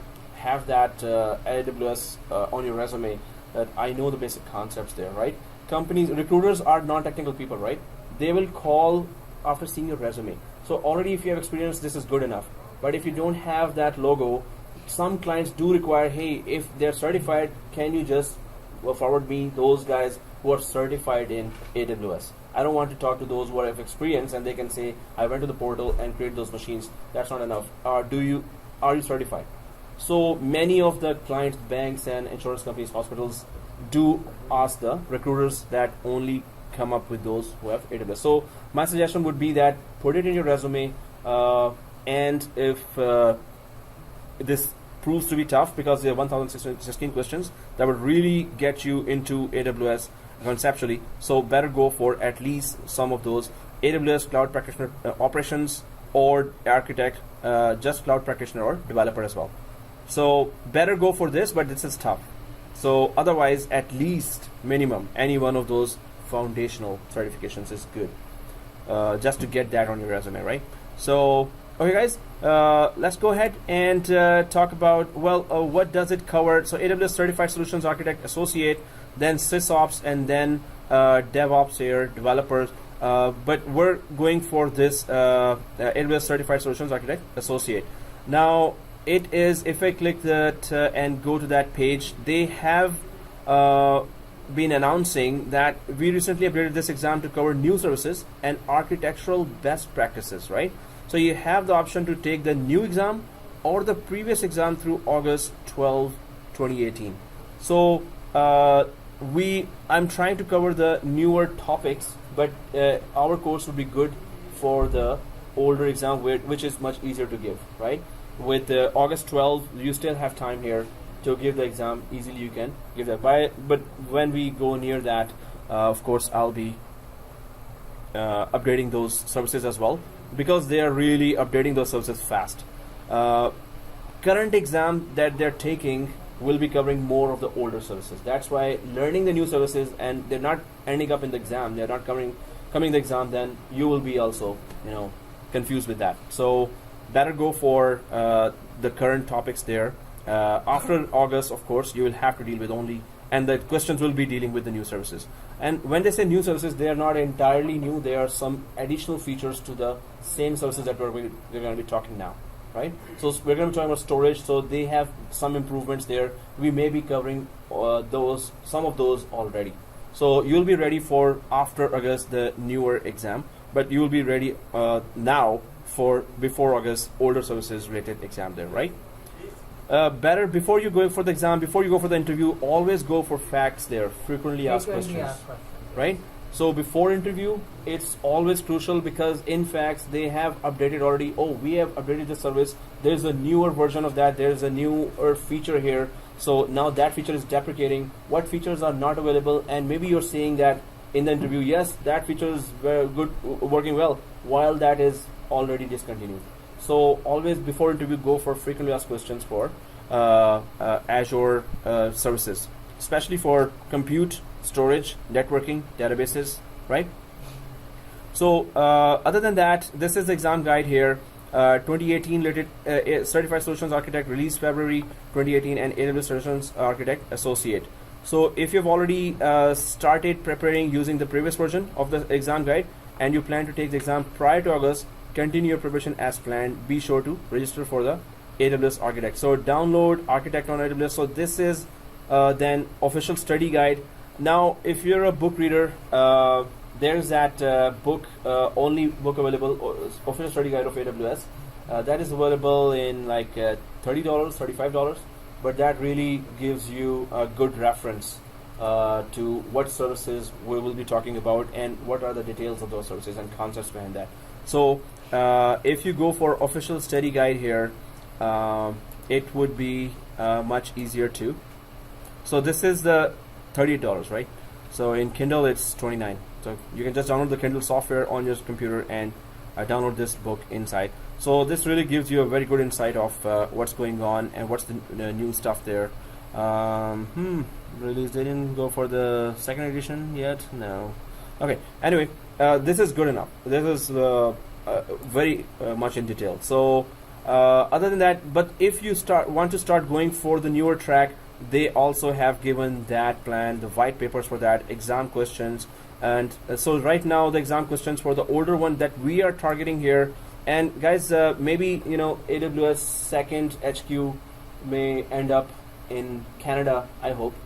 So there will be a lot of jobs for that AWS. So this is the prime time to get that certification, right, as soon as possible. So previous courses, previous course students, they're all really working hard, trying second time. 2 lucky ones just passed till now, so the rate is not that good of passing, but they really worked hard, those guys, and they really did redo those labs a lot. Which exam are you asking about? Associate exam is difficult? Yeah, it is not that easy to so prepare. First thing They're I think is that. good to go with the cloud AWS Cloud Practitioner exam, and then do the AWS Architect Associate. So this way you will have those certifications, and it also looks good. The more certifications you do, and it will also help you prepare for the exam, because yeah, you will have already basic knowledge of that. Basic knowledge, go from basic start to with the start. basic, and then step by step do the certification, and then there are other certifications which are even more difficult. Definitely. So going step by step would be better. So anyway, this is the page, guys, and we're trying to go for this, and you will be able to give exam a bit easier There is that 55 questions there, 80 minutes exam, and then you can just download that. It's $150 actually, US dollars. So this is the exam information. You in the slide, the link is there. You can go there and try to check that, see what you can download, and try to go for practice exam as well. Overview of Amazon service. But we're going to go in depth with all the majority of the labs where the companies really want you to know about it. We're going to go for those critical labs anyway. So other than that, certification, we're going for, so this was, previous one was AWS. Now this is, the second one is Azure certification. So suppose your company is more about Azure and you're seeing that future there, your future there in the company as well. So any one is crucial to give. If you're more Azure oriented, go for 70-533. It is still covering the system administration or infrastructure administration side of that. So it's not covering the developer side of that, right? Or design purely. So this is day-to-day jobs, day-to-day tickets that gets created, that create virtual machines or automate that, or create storage there. There's a problem there. So 70-533 course objectives will be covered for Azure, right? So there it's associate solutions architect associate. Here it will be this 70-533 exam. So both of these exams, any one of those you can give, and both are proving to be tough. But giving it now is the best way to go ahead, because everything is going cloud. So if you're already cloud certified, that really puts you in a separate stage level. Okay, so 70-533 here, and well, how much AWS and Azure is the market? You could just go to Indeed.com, Monster.ca, Glassdoor.ca, and just put AWS and put GTA there. How many local jobs are there in the market, right? So you will get already that lots of companies. There's a very long list of page after page after page. They're mentioning AWS experience, Azure experience, AWS experience there. So you just have to search in Indeed by putting that your local area, and then go for how many jobs are there. There are many, and some require very challenging tasks there. Some require that you have previous experience and some experience of Azure or AWS. They will be ready to hire you, right? So there are two certifications. Some students went for both, and better go for any one. Better go for the leader. But if you are AWS certified, Azure side, and the company is Azure, they would understand that you know cloud at least, right? You just need to know the terminology and interface. You need to be very familiar with the interface then of AWS, Azure. So we're going to be covering both. That's why this course is very important, that you get to know both. I already mentioned about this AWS Certified Solutions Architect. So this is the book that you should be going for. About Azure, there are many books on Microsoft Press already. So I'll be sending that link in Google Cloud, in Google Groups that we'll be creating. So there you will see some reference to Azure books. But this is just one book from AWS Solutions Architect exam specially. Okay, so and then so class timing, it's room for, and yeah, that I need to still update that. Course start date, I didn't edit that slide. So it's 10 to 2, and there, and the videos are available for those who are showing up in the class, right? So otherwise, if you have some work, just let me know the reason. So try to be here, do the labs without doing those labs, and you have to repeat those labs. Better repeat those. Some students created 2 accounts, one AWS class account, one AWS home account. So they are both free accounts, and whatever we did here, then you can delete everything here and do it there as well in your home account. You can just create 2 accounts as well, free 1-year accounts, right, for AWS. This slide I just go through every time. Are you the easygoing type? And that it's your choice either to be lazy and simply attend the class, not to the instructor, pretending you understand everything, go home and stay being too busy. Yes, we are busy, but if you are going for the class, then you have the commitment to study all the material at home, right? So, and the other one is, of course, are you the active and hardworking type? Try to understand and follow what the instructor is saying. Let me know if I'm going fast. There's a lot to cover, so I may be fast, but I normally always slow down, because if any student is falling behind, we all have to be on the same page, right? So same page, we go ahead, we go together, we talk about all the topics, and you must ask. All questions are welcome. So ask me to repeat what you don't understand. Not shy of asking simple and easy questions. Work on your home lab and SMS me, email me with screenshots, or call me if you're stuck. If I'm available, I'm going to be answering. Otherwise, WhatsApp group is there. Just put that up there, right? So because I have some back-to-back classes going on, so normally I just see the message and then, oh yeah, if I know that, I'll just let you know. So works on hands-on labs minimum 2 hours daily. Some labs will be so extensive that you should do those, repeat those labs. Some students were so following the lab that we did the lab in the class, they redid the lab within the class again. They were so following up with those steps that they wanted to remember those steps. In the market or in the company, they were supposed to implement that solution. So anything we learn is always going to be useful. Maybe you're not facing it now, maybe you will have to face it later. So all those labs are very critical and crucial, especially when I'm trying to go for hybrid infrastructure where it's on premises connecting to cloud, right? So that is the situation where you will be finding yourself a lot in the interviews as well as in a company, that we need to transfer our machines to cloud. So how do you do that? So definitely we can talk about that. All sessions are recorded and gonna be uploaded on YouTube as a private video. Okay, well, better take your screenshots for all the steps of the lab when you're redoing that.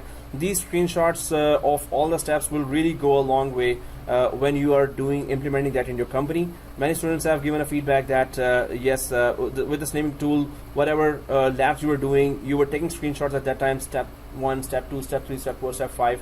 Those screenshots really were helpful when they were actually doing the project.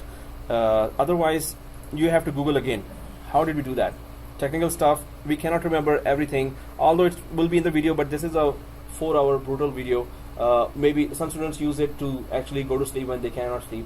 So they start the video and like, oh, okay, by half the video I'm gonna sleep. So I'm like, okay, there's some use of my video, that's good. So they use it for that too. But otherwise, when you're redoing the lab, my strong suggestion is do create those screenshots, put it in Microsoft Word document, and make those as your notes. They will really be helpful for you. Some of the steps are, there are maybe 70 or 80 steps to create that private network.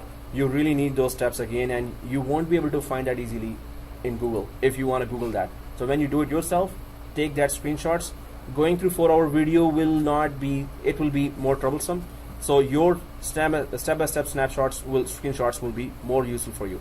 You can go down to that step right away. So screenshots taking is very important for all the steps. If you want to record your sessions as well, maybe you want to create your own smaller video. I'm using here Camtasia. That is $300, but I got it from my NCT certification, certified trainer. So, but you can have Cam Studio. That's a free screen recording software, audio and video screen recording software. So Cam Studio, CAM Studio. It's one word, Cam Studio. You can write down somewhere, but you may need that if you're creating your own lab with your notes. You're talking about that lab. Oh, I'm doing this, I'm doing that. Maybe I've given you a long lab, but you have done the same steps in a short lab. You want to record that, and taking screenshots sometimes is troublesome. So you start a video and that's it. Keep doing that and then stop the video. So Cam Studio some students are using that to record all your sessions. That will be good reference for you as for smaller labs. When you're redoing the labs, start the video and successful. Now you understand better that part, right? So Cam Studio would be the free solution, and you can Google it and you'll find it right now. Okay, so we get that. Okay, we should be taking screenshots. This is what I asked you, that please send me that information so I can create the Google group for you. I will add you to that. Then whatever course resources are there, including the slide, I'll be sending you through the Google group. And for WhatsApp group, I need your phone number as well. Announcement as well. Suppose there's some occasion on Saturday. Maybe I'm not available, so you really want to have that information fast. So that's why I need your number. WhatsApp group, I will be just mentioning that okay, may not be. There's no class this day, or suppose you're not coming, you can tell me right away. that, but please give me the video. So yeah, so we can communicate faster, especially when you have errors coming for the long labs. Upload those, and we will all troubleshoot together, and whoever's the solution will mention that. So it's a very quick way to do those labs when you have WhatsApp group. Okay, so let's go ahead.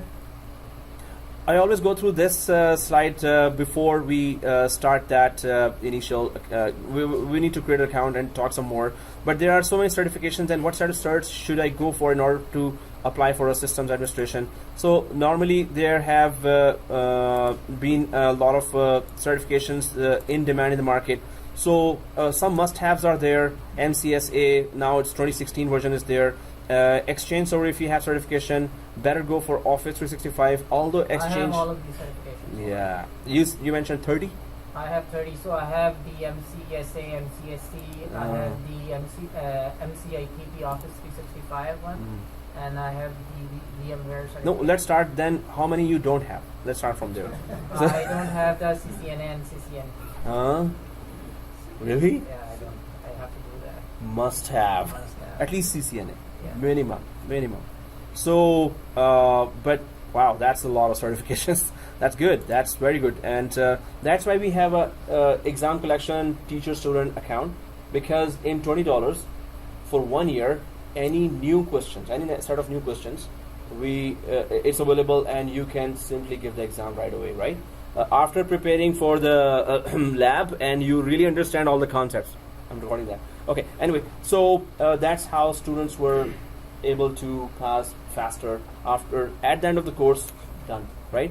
So guys, these are some of the certifications. Majority of them, many of the students here have done majority of those certifications. But if you have Exchange Server, now Office 365 is much more in demand with Exchange Online. But Exchange Server is still in many of the on-premises, data centers. And then there is System Center Configuration, or SCCM 2012-2016 certification.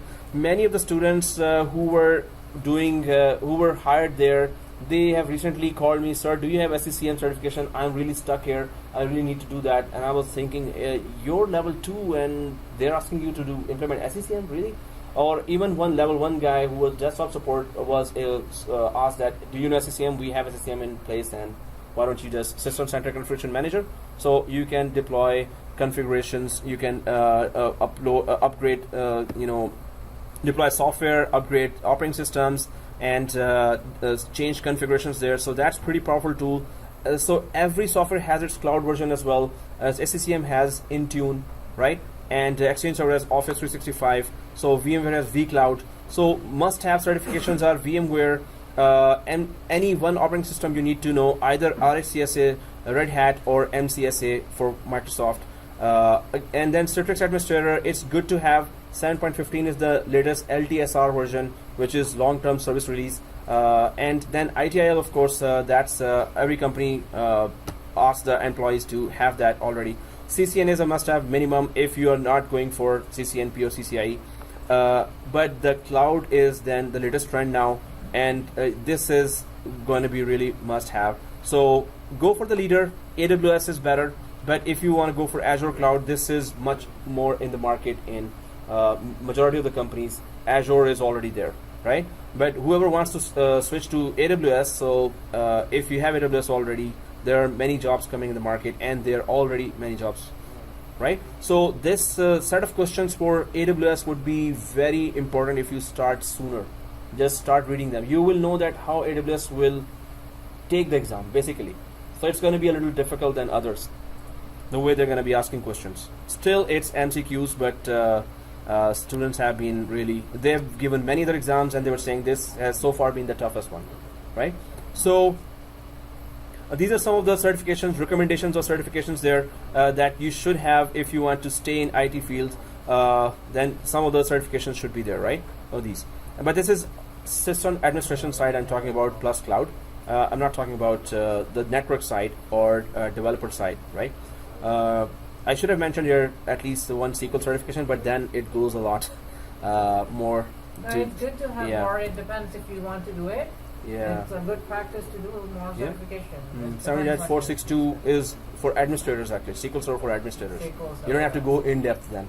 in that, but you still have to make it highly available, and disaster recovery has to be learned. Yes. So that's very good too. Yeah. You done SQL as well, right?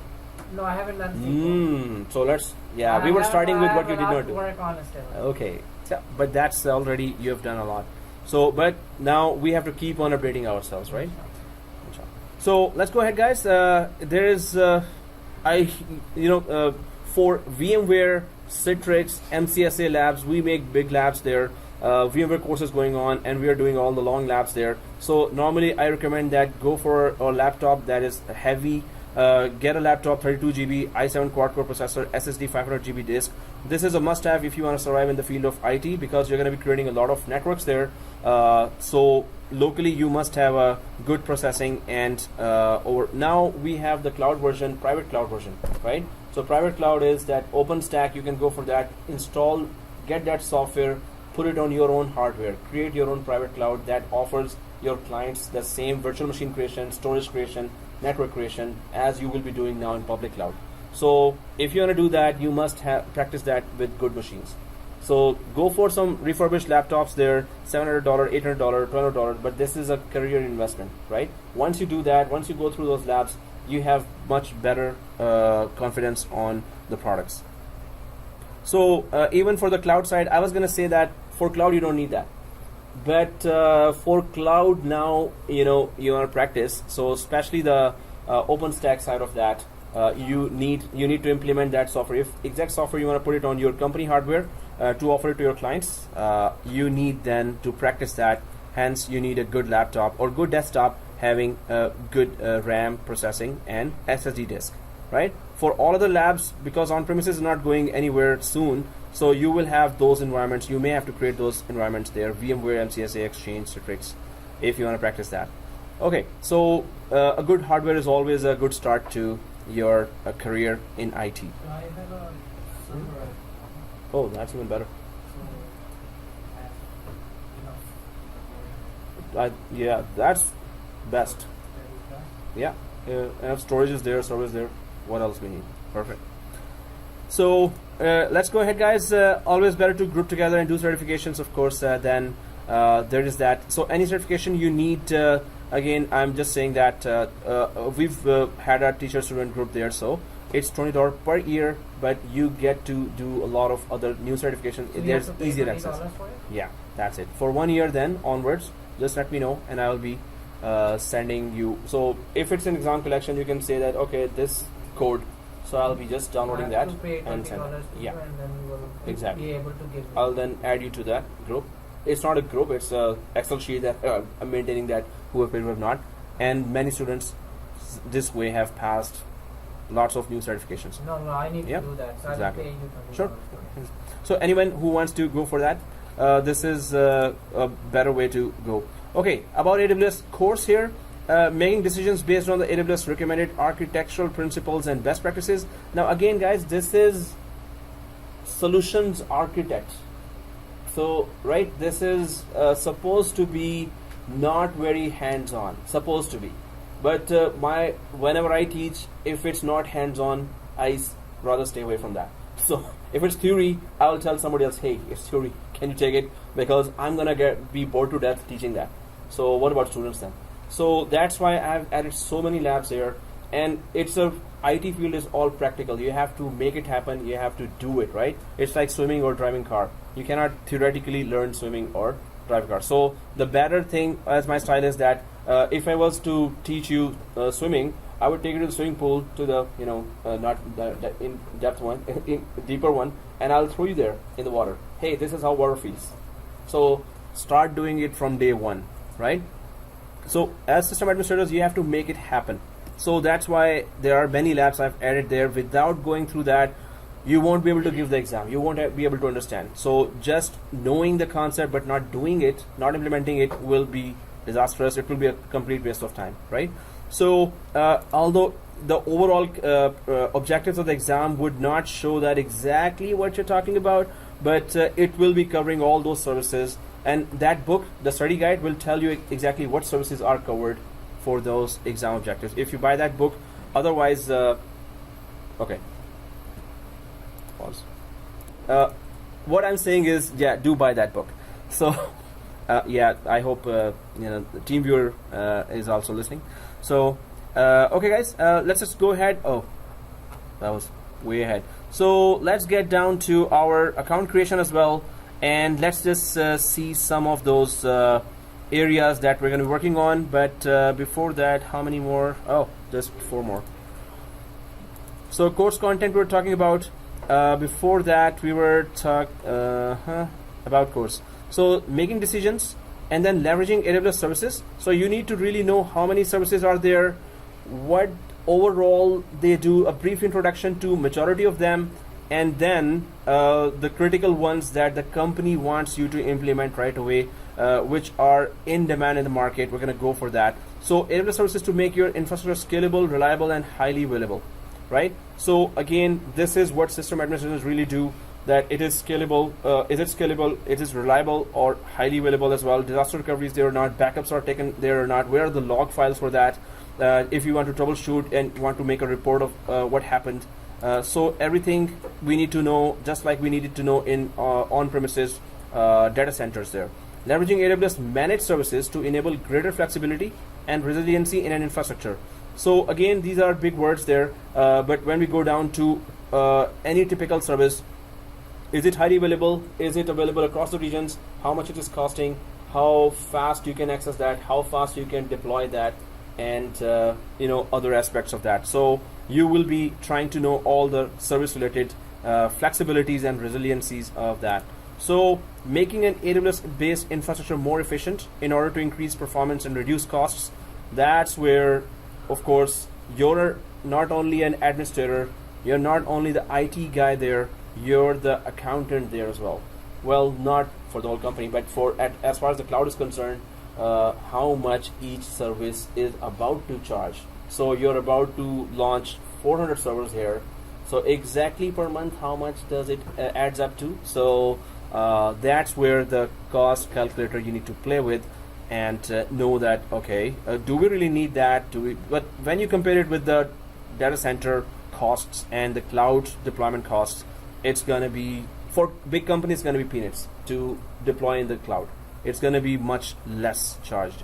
So using the well-architected framework to improve architectures with AWS solutions, you want a full solution. You have a full project that requires code execution, that requires machine deployment, that requires SQL Server database deployment there. So all that, how do you take one project with 5 or 6 or 10 or 12 services together, right? You need to know those services, you need to know their high availability, you need to know their costs, and then as you mentioned as well, automation is the talk of the day.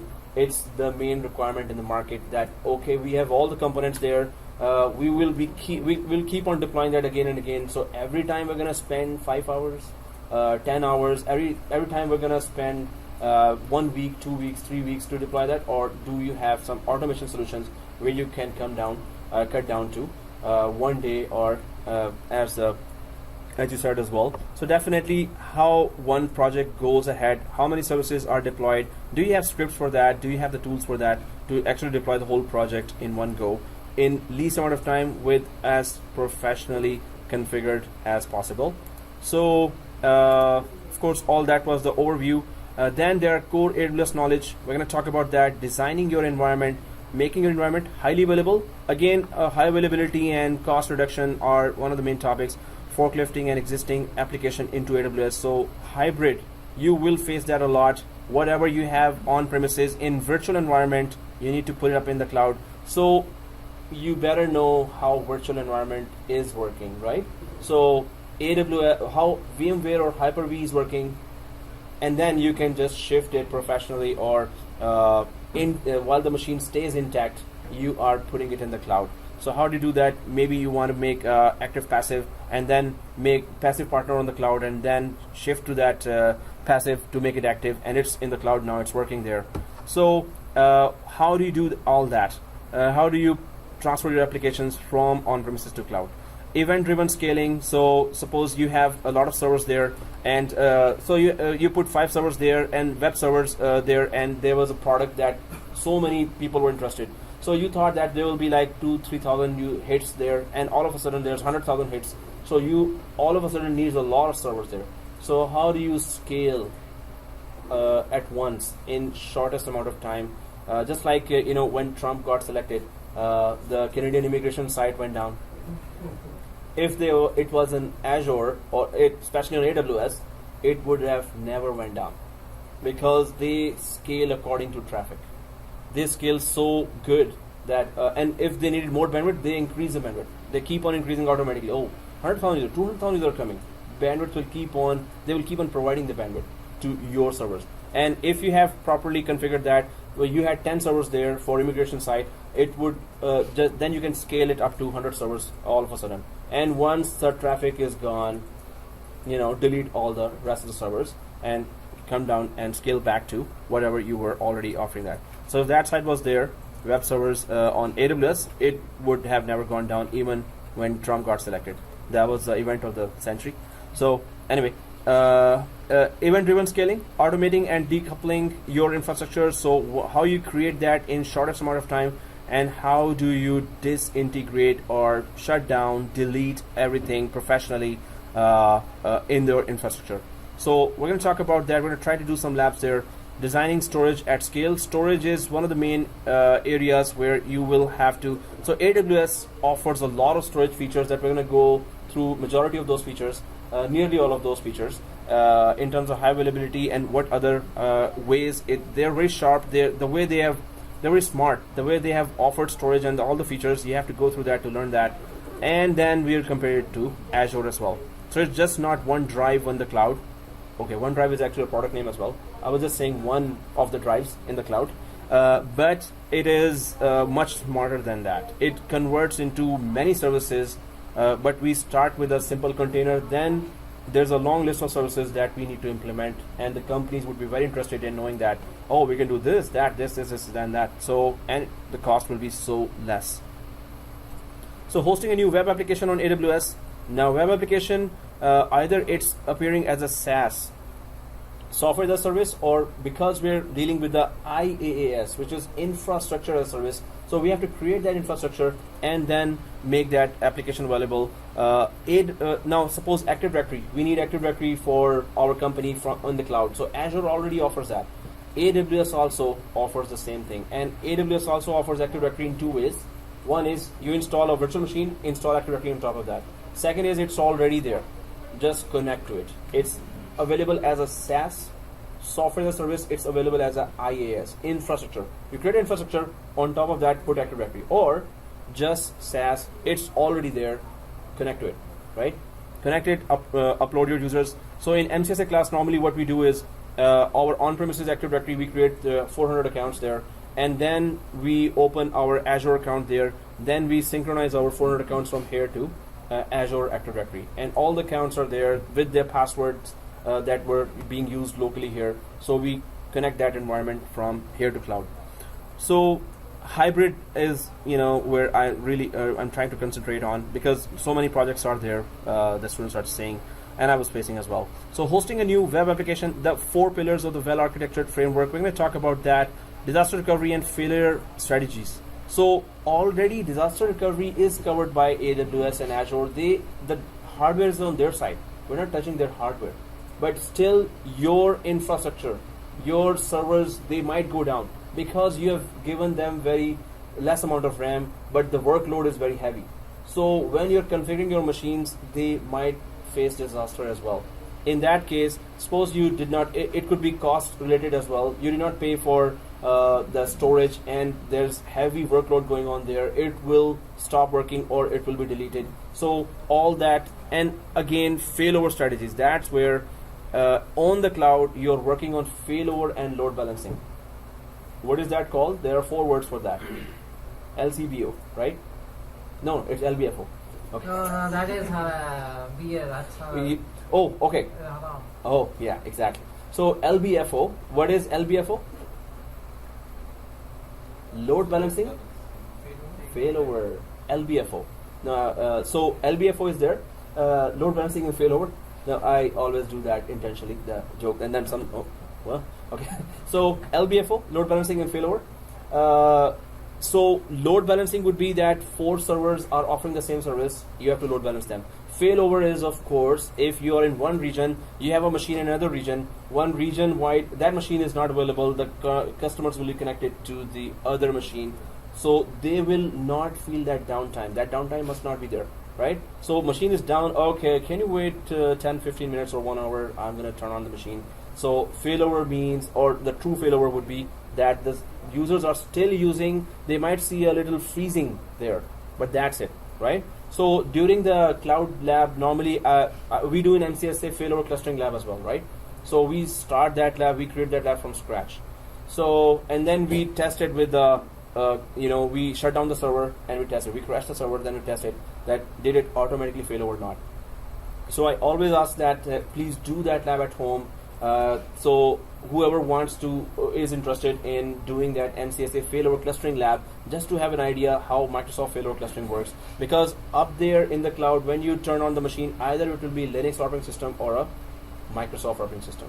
So you may have to introduce still, although they do say that, hey, your machines are safe with us, still you may want to have failover functionality introduced in the cloud machines as well. They are still your virtual infrastructure. Just like in VMware, you can have in your on-premises, you can have 2 machines, then you still have to configure failover clustering there, right? Not have to, but you can still. VMware offers high availability already, very good high availability. FT is there, replication is there, right? HA is there. But the thing is that if you have application level failing over is available there, that is 2 levels of safety there, right? One is underlying hardware is already highly available, and then application itself is highly available as well. So that is the same in cloud. So take that virtualization in the cloud now. This is also all virtual. So the same rules apply there. That those virtual machines are up there. Application load balancing is your job. Get that service from the same vendor, or you can get from F5 the load balancer, in the market, or you can just implement your own failover between 2 machines or 10 machines in the cloud. So cloud does not offer all kinds of high availability solutions for every application. It's just for the underlying hardware they're offering.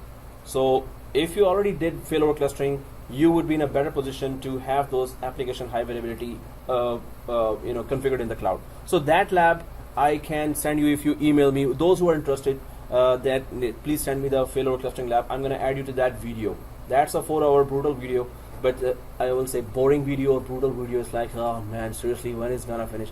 With all the jokes in the class, right? So you have to bear with that jokes as well. But the thing is, failover clustering is such a good skill that you must have when you're going for cloud courses as well. On premises, it's already important, but for cloud courses, so the step-by-step and the crash test, you do that, you have a different level of confidence for high availability as far as Microsoft technologies are concerned, right? So just let me know, and I'll add you to that video, and you should implement. If you need ISO, just download the ISO from Microsoft 2016 or 2012, and then just go through that lab before you go for an interview, or you'll be facing that, when it comes to high availability. Okay, so disaster recovery and failover strategies. There are backup solutions by cloud as well. Both vendors offer backup solutions. You have to be smart. Maybe you already have backup solutions from which companies? Anyone knows any companies that you're working with backup? Acronis, you're using Acronis backup? Net backup is there, Semantic backup. Commvault is there. Commvault. And sorry, you were saying? SunGuard, yeah, exactly. SunGuard also. Anyone else? There are so many, definitely. So, and Azure has a cloud backup as well, backup.azure.com. So we did that in MCSA lab, that how to upload our on-premises backups to cloud. You have to just create a vault there, security vault there, recovery services vault, RS vault, and then you can upload all the backup there. So we will in Azure, we're going to try to cover that security services, recovery services vault, right? So we're going to cover that in Azure, but in AWS you need to see that too. Troubleshooting your environment, of course, cloud is not already fixed applications. We're talking about IaaS, infrastructure. You build infrastructure, you have to maintain it, you have to troubleshoot that. That's why I'm saying that system administrators are more in demand now, right? So jobs are not going away because data centers are going away. Data centers are being shifted only, right? but having VCP, VMware Certified Professional, course would really give you a very good insight into cloud. You will be so at ease with cloud configurations, and there are so many clouds coming. Google Cloud is also there. We're going to be doing just a comparison at the end for Google Cloud because it's coming in the market. You might face that first in the job market, right? So you need to know that. So when you create infrastructure, you need to know how to troubleshoot that. So again, it's all experience that you already gained before will really be helpful here. Large scale design patterns and case studies. That's where I put those companies link in the slide. Those case studies will tell you that how large scale deployment happened, how large scale infrastructure was moved from on-premises to cloud, right? So those case studies are also there, but we're going to talk about that as well. Now here about Azure Cloud course content. Seriously, okay. Oh, why did I say seriously? Okay, so here do I have a document for that? I hope it opens. Okay, see. So here about Azure Cloud course, I already showed you that, right? No. So although we're gonna repeat that Azure when we're starting the Azure class, but it also talks about the same level of I just wanted you to create the account first as soon as possible, so then we can cover the Azure, what certification objectives we're covering for Azure. We're going to talk about that as well. So here is let's create an AWS student account in aws.amazon.com/free. So it's not a student account, it's free for anyone outside or inside. It's just a free account. But anyone already has that account? You have an account, free account, right? And it's already done, like it's been 1 year. Oh, you just started. Okay. Okay. So guys, let's go. Do you have a student solution there in your? Did you log into that account? We can just create that now, and we can see the portal there, and we can see all the services up there. So let's create a free account. So I'm just telling, I think his name is Sajid. Oh, thank you, sir. Wow. Okay. Following, he said. That's great. Thank you for. So here now we can go to this site. If you just Google it, free AWS account. That's the site you're gonna bump into. aws.amazon.com/free, and let's go there and try to just check it out, how it's going on, and how to create an Azure student subscription. Don't go for Azure account now because it's going to be 30 days only. We're going to make it count. We're going to try to create at that time. So, but now we can go for Azure account, AWS account, sorry. AWS, not Azure, AWS. Okay, so I'm just going to escape from here and go to our, see, thousands of links here. So once you're there up in AWS, so AWS, not educate, that's free account, right? Free, that's the one.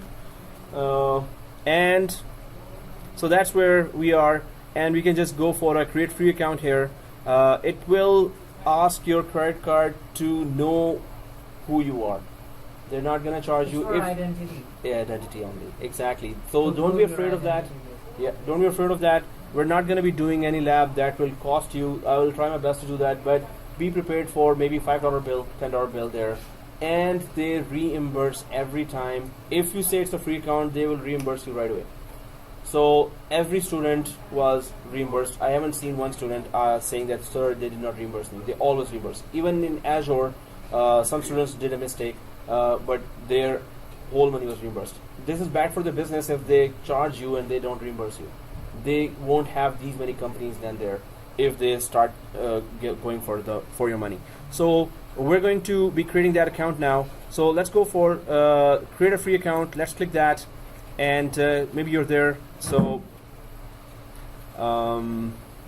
so I've created that account root user already, but create a new AWS account. If you go for that, then it would just require, this is just a free, just a typical form that you fill there, and then it's gonna ask for your credit card information, and then it's just gonna let you start that account. So once you have created that, so let's do that. Or if you're planning to do that later, we can do that later as well. Otherwise, is it loading? Oh, okay, you're logging in, right? So yeah.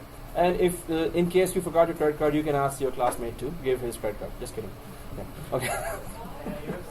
No, not the teacher, not the teacher. Classmate. So yeah, next time I'll be careful saying that even, because then the classmate, right? So I don't come in that category. So yeah. So let's create that account, and once you have gone through the form here, I'm gonna be logging in actually. So I hope I still have that free account. In one account I was doing all the labs very passionately, and then they charged me, and I said, oh, they're gonna reimburse me. And then I emailed them, and they said, hey, your free tier was finished 2-3 months ago. And I was like, oh, okay, now I'm generally being charged. Oh, cool.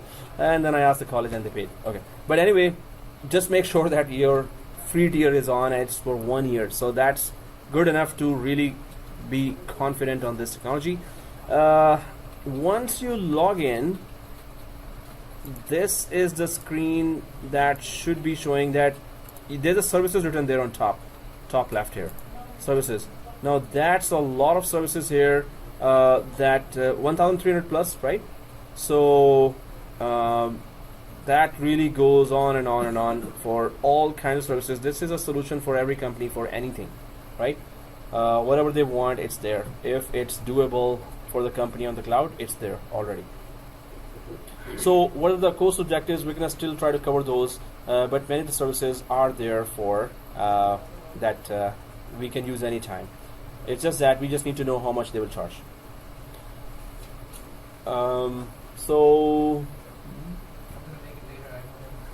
Okay. It's no. I'm going to say that, but any classmate can. Some of us have 2 or 3 credit cards. No, just kidding. Okay. So here, well, I'll let you create that account. Maybe it's already done.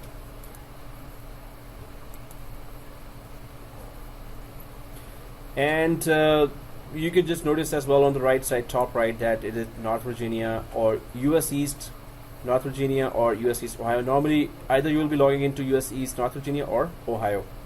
There is Canada Central here, but Canada Central, so it's going to automatically log you into the nearest region, right? So Canada Central is not near to us. So that's why it's US East or North Virginia would be there. So I hope you've created the account and you're logging into it, so we could have some introduction to some of the basics. And we're going to create our whole infrastructure slowly, and we're going to go to those compute services, as well as first creating our user accounts, putting personal. Professional. They will already see, oh, okay, that's a company. Let's charge double.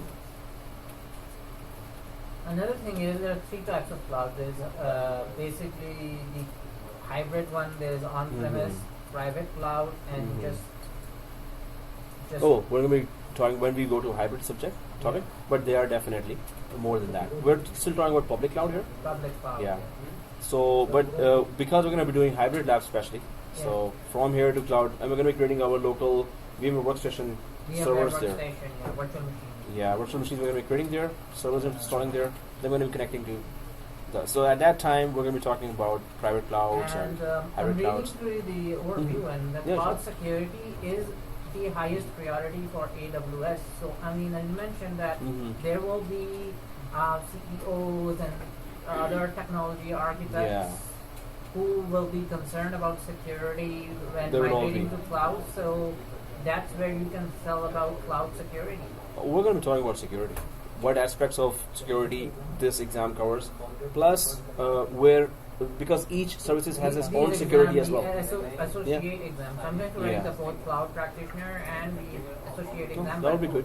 Yeah. And are you seeing the cloud practitioner? I Overview already as well? have their questions now. I Okay. downloaded the dump already. He's ahead Okay. of all of us. He's like 20 years ahead of Yeah. us. So He's done so many certifications, he Yeah. knows where to get it. yeah, He's a that's pro. good, man. Yeah. So in fact, I think if you will be passing first, so we'll all be waiting for that. Yeah. So then we can start doing it right away because you will have all the information. You will be the leader in that. You know. So sharing is good, right? Yeah. I hope we all believe in sharing. Yes. Oh, that's the perfect part. And all the inputs are very much appreciated. So all students will be And reading. let's say in religion point of view, let's say as a Yeah. Muslim, Yeah. what you do for yourself, you should also do for others. So I Yeah. mean, caring and being kind Exactly. and even the essence of fasting and Yeah. prayer teaches us to be kind Yeah. toward others. Yeah, sure. So that will be very kind to give the exam first and Yeah. let us know how it goes, how it went. Exactly. Yes. Yeah, sir. Okay, guys. What am I? Interested? I'm interested in Crystal Library. I did for IT administration. Yeah, that's what it is. Well, these are just their survey. They just want to know what their background is. I don't know if you're paid for services. I got.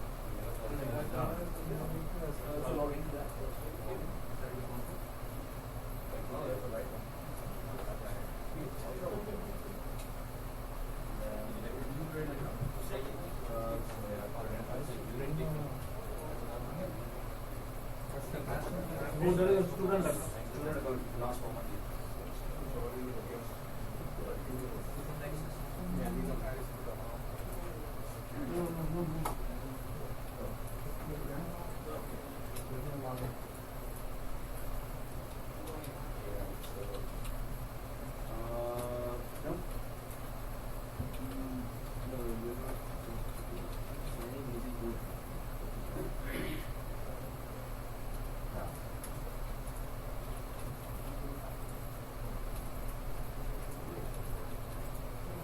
So yeah, once you log in, you will see the on top that the services.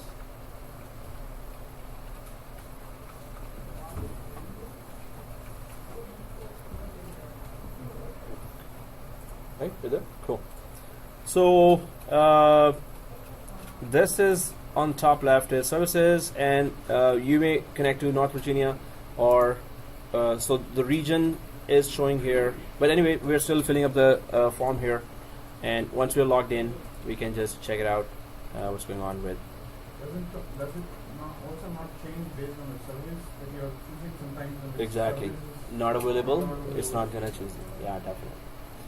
So, but only when we are going for user creation, then it's global. Otherwise, it's gonna show you actually a region.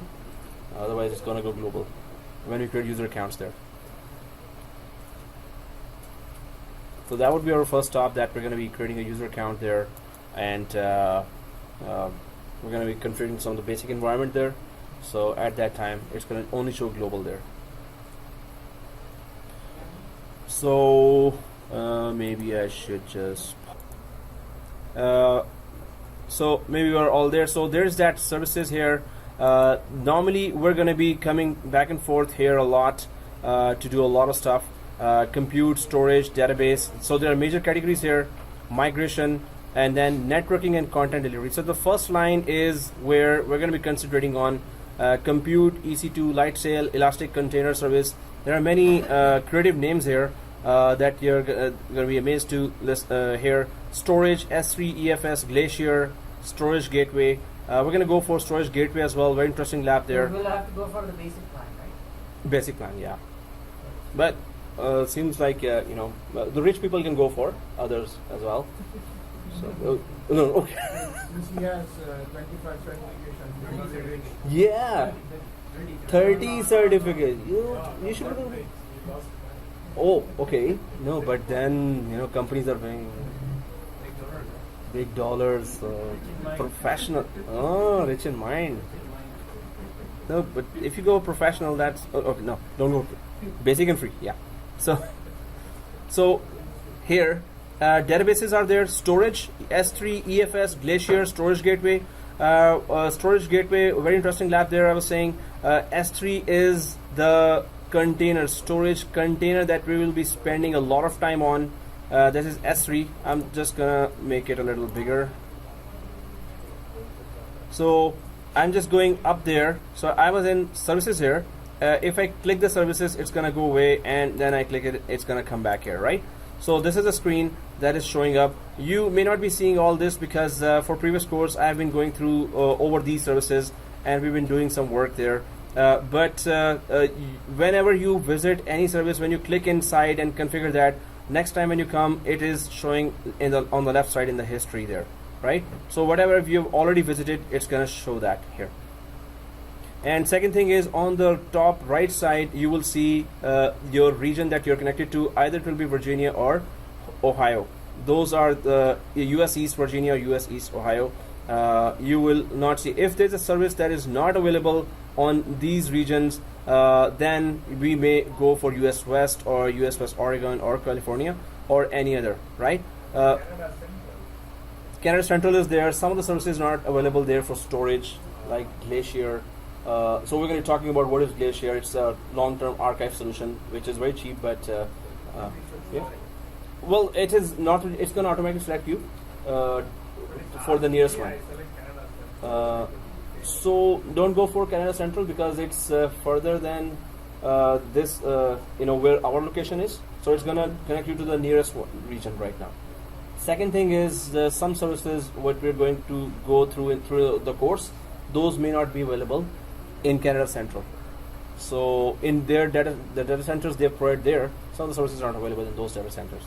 So these are the nearest and across the border, but there is no compliance rules right now for the course. But when it comes to the company, you may have to then tell them, okay, this is the best route. Otherwise, we go for Canada Central, at least within the country. If it's the companies are very strict in compliance that we don't do anything outside the country. Whatever we do, whatever services we do, it has to be inside the country. So otherwise, and that's going to cost you a little bandwidth consumption here when you go for Canada Central. Whatever is further than the nearest, of course, that's going to be a little more bandwidth consumption. That's going to be a few cents more. And it's few cents how? 0.001, 0.005 per hour. 0.00. So it's like when companies calculate that, it's like $1 for $10 for 1 month. Oh, that's nothing. So that's how they are charging 0.0 cents or 0.00. That's really cheap for companies. That's why there are so many there, and that's why the new HQ, AWS and new HQ, all the buzz about it. They are creating that because so many more companies are coming. And it's increasing in business. So, okay guys, we see that services are there. There are storage there. There's databases. Then we're going to talk about RDS. We talked about relational databases, and that's 546 databases inside only. Then there's DynamoDB, Elasticache, and NoSQL databases are there. Amazon Redshift. There were some questions in the exam for Amazon Redshift, which is data warehouse. It deals with large amount of data that you've uploaded there. Petabyte scale database. Exactly. Quick question. Yeah. Storage S3. Yeah. You could map into Windows-based system. Or Yes, exactly. So this storage gateway is exactly that lab we're going to be doing. So what it does is that you create a file server there, and you just one folder here.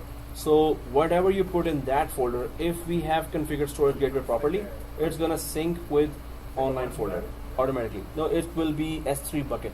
We call it S3 bucket, which is just a drive.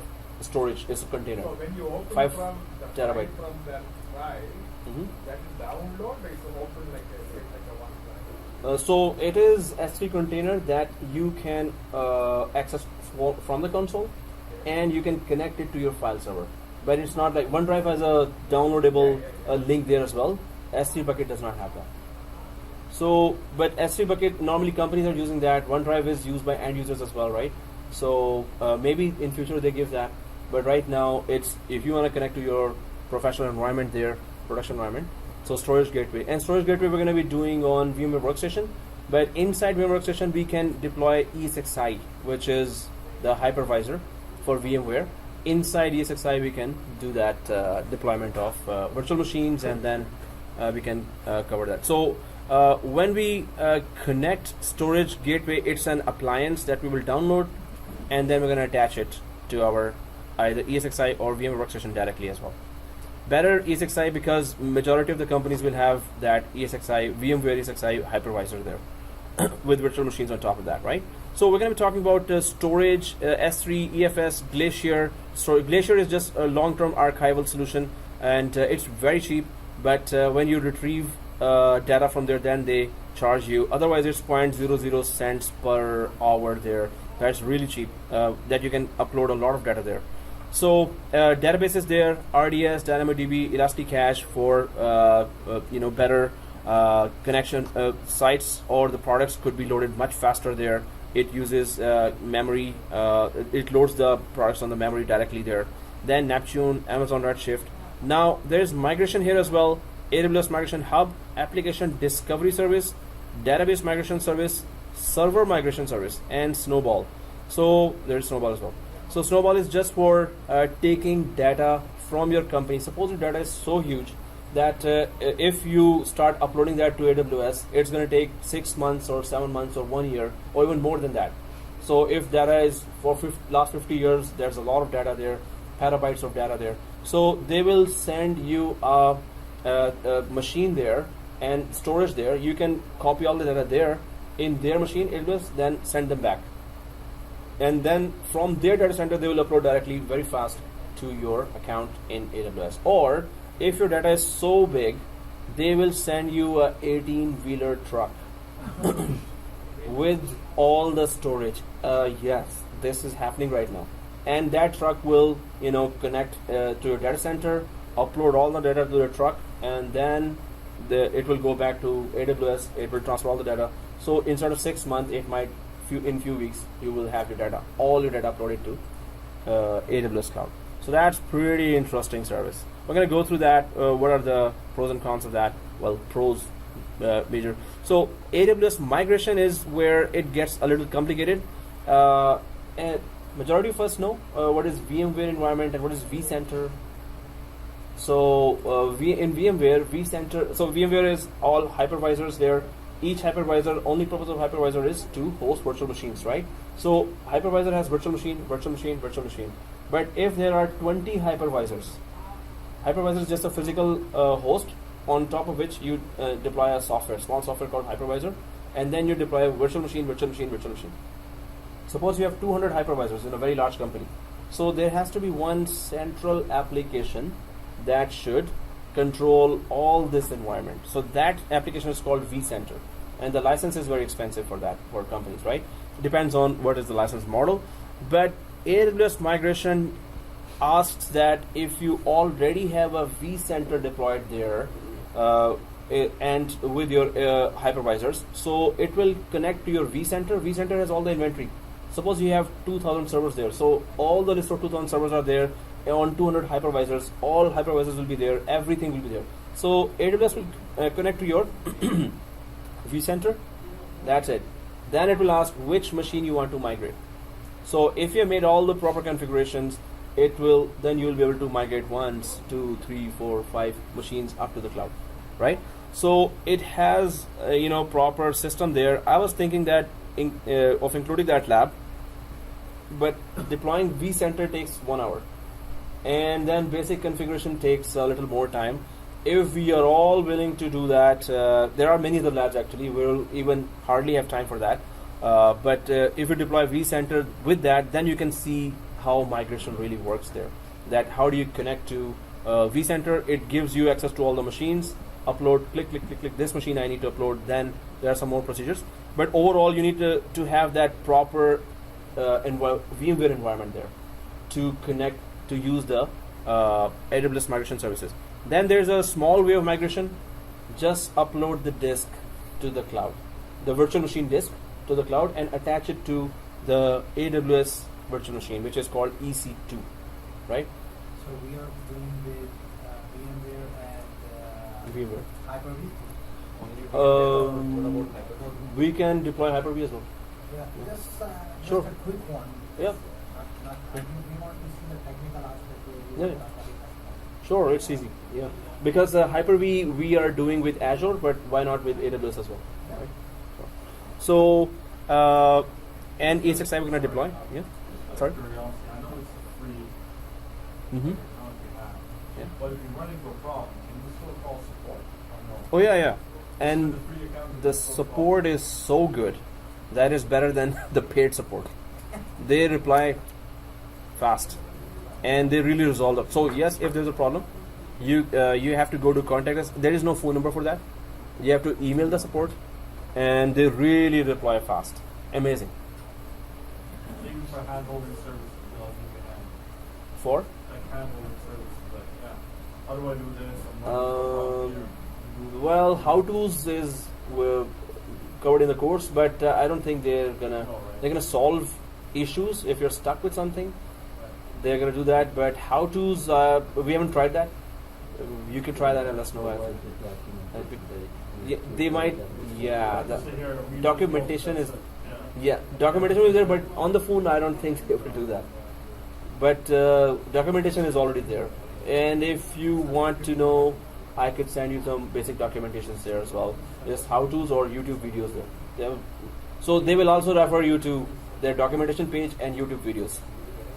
But I don't think on the phone they will do that. There's a free support, so I don't think they will do that. But if you want to find out, let us know as well. But if you pay it, they'll walk in. Oh yes. If it's a paid account, then they may have walked. Even in paid accounts, normally they are ready for troubleshooting. In other companies, I haven't tested that they will walk us through with that. But normally they will ask you to attend their course for that. Purely professional service. Yeah, professional services, exactly. So, okay, guys, there is that migration, and then there is networking. That's one of the most interesting as well. VPC is where you can create virtual private cloud, the private network inside public network.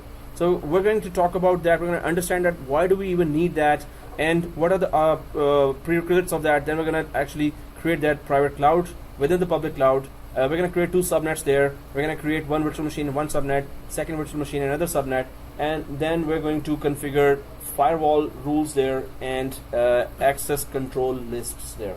Right? We're going to configure all, and we're going to make sure that the traffic flow is working while we have put up all this configurations there. The traffic flow needs to go to the private side of the cloud and there in the machine. Static. So, As you're preparing for it, there's an exam labs here. oh yeah, Prepare for exams online for free. nice. So yeah, it's not gonna be that complicated. There's no router there. Supported in No, No. is that no? It's No, static only. They are not supported. No. Because their networking side is still, hardware side is their side. It will be covered there. So they don't offer any service that you can configure OSPF and RIP version 4 or EIGRP. No. Not even Azure. No. So they offer just the ready-made solutions with already configured protocols there. No, but within the VPC there. No, even within the VPC, there's that. They don't allow us to. No, there are no services there. VPN you can connect. You can connect through different. VPC, you have two subnets. Yeah, If you want them to come. yeah. whether it's So the- it's the ports, and you have to just create routing tables, but they will be automatically created for us. So we're not gonna be able to edit the routing tables there. We're gonna be creating routing tables there, but they're not gonna be editable. Okay, so VPC, Virtual Private Cloud, CloudFront is just for deploying files to your customers. Suppose you're in North America and your customers in Europe and Singapore. So how would they get that file downloaded from your company in North America very fast? So normally there are edge locations. That's the type of smaller data centers there that are across the planet in large numbers, deployed by AWS. So the data, suppose it's an MP4 file. MP4 file is uploaded in the company server. Then MP4 file is downloaded. Suppose a user is in Singapore. Singapore user has a link for that MP4 file. Clicks that, the file gets first downloaded to the nearest edge location, which is the data center nearest to the user, and then the user gets that file. Now the first user will have a little delay in the file. The second, third, fourth onwards, they will all have that file from the nearest data center. That is the CloudFront network, where all the data, all the web services related stuff, and the files and folders for the company can be provided to the nearest data centers in major regions of all the regions of the cloud. So this is very interesting. We're going to go through just the wizard of that. So guys, many of the services we're going to go for the wizard. Some of the services we cannot implement them. If we implement them, we're going to go out of the free tier, and also we have to then create that edge location, or we need to have that edge location available in Singapore. So it's gonna be out of the scope of the whole course here. That some of the core services we're gonna just go to the wizard and talk about them, but majority of the services we're gonna go for actual labs, practical labs there. Right. So the first line is where our labs really exist. A lot of those. All others. Then there are services after services after services, and they keep on going. The next class I am planning to introduce majority or major services that will be used in, like what is Kinesis, what is EMR, what is Cloud Search, what is Cloud Watch there, AWS Auto Scaling. So some of the services that the companies will be interested already or they're using already, but we cannot go through all 1,300 plus services, maybe not in 3 or 4 classes. So we're going to be going for those introduction to the services. Now, one more thing about that, we have created the account. It's for 1 year. It's 2 o'clock already. But I have just opened this 753, 7533. That's the other course. These are the exam objectives of that. So I'll be sending that link in. Those who have sent me the Gmail, I'm going to be creating that Google group. Inside that, all the links, all the stuff that regarding the course, I'll be sending one by one. So you're giving us the dump too, right? Like DPDF and dumps for the preparation. Yeah. So that's the teacher-student club when you join. So all the files regarding the dumps are available. Oh, so you can access them. No, I'll be downloading that and sending you. Oh. You cannot. There's only one account there. Oh, so you have access. Yeah, only I have the access. So I cannot give that password. No. But the latest premium file, Oh. we can I will download, convert it to PDF, send it to you. Oh. So that's how every student is working, and they're passing the exam. Okay, guys. Here, so design and implement Azure App Services, Azure Resource Manager. This is a very cool, So Azure has some very unique features that I'm surprised that AWS doesn't have. AWS being the leader in cloud, still Azure has some more innovation there. So when we go for Azure after AWS, you'll be finding some of the services which are wow. So we're going to be Azure Resource Manager. We're going to be creating those. This is the latest advanced portal there. We're going to be creating virtual machines to that. Implement storage strategy. Again, storage has a big part here. Virtual networks, just like in AWS, we're going to be creating private network here, and deploy ARM templates. This is Azure Resource Manager templates. So how could you create one golden image and then deploy it across the, deploy it in hundreds of machines? Manage Azure security and recovery services. That's where we're going to go for active machine on the on-premises and passive on the cloud, and they will fail over.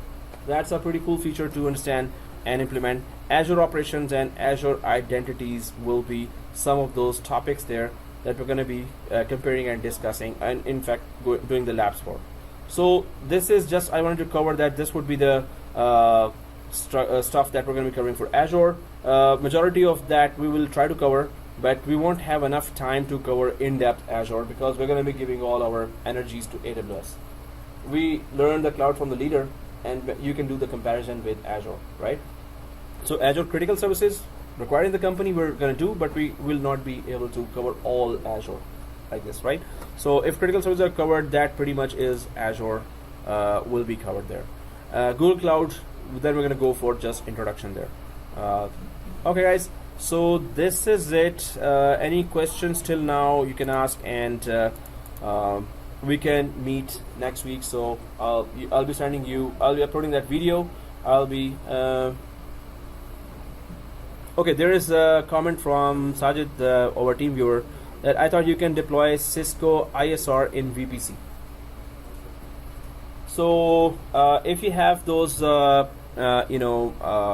paid account there, and you talk to the support, yes, you may be able to do that. But I have to check that too. That are we able to do that in a free tier or not? Sajid, you're listening to that? Cisco ISR is just the software, or is it not the? Yeah. There's no hardware. Yeah. There never is a hardware. Yeah. You can just deploy it in between and use it for routing, right? Yeah, exactly. So other than that, so we may want to do that, but so it's called CSR 1000V, right? So they are saying that it will be. So we can try to do that in free lab as well there, but I think it's for paid services. That when you have a support account, so AWS support account, then you can do that. So it's based on ISR 1000 ISO, right? So okay, if your company has done that, Sajid, maybe, or you have some experience on that with free tier as well, because if the company is using that, it will be the paid account, and the support contract has to be there to get access to that, right? Okay, so guys, any questions till now? We have gone through the introduction today, but next lab we start right away with configuration, basic configuration here, identities, and we're going to create groups, and we're going to talk about permissions, we're going to talk about user accounts, we're going to try to and multi-factor authentication. So we're going to be configuring multi-factor authentication. You need to, your cell phones, you have to download Google Authenticator for that. Google or Microsoft Authenticator? Yeah, we went with Google Authenticator. That is easier. And then we're gonna have two authentications there. One is when you put the password, then it's gonna ask for that code that will be coming on the authenticator. You're gonna put that. It's gonna log in. So all this next, and then we're gonna go for multi-factor authentication. Yeah, and then we're gonna go for virtual machines as well, and we're gonna try to check how we do that. Hyper-V or VMware? First, cloud virtual machines, easy Cloud to. virtual machine. Then we're gonna go for the rest of that. So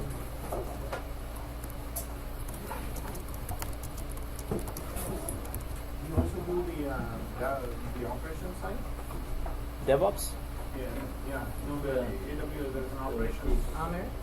So many of the labs, so there's no separate class for that. Oh, This is only AWS for now. But I'm adding some of the courses there. Okay. You do DevOps on top, the professional DevOps? Yeah.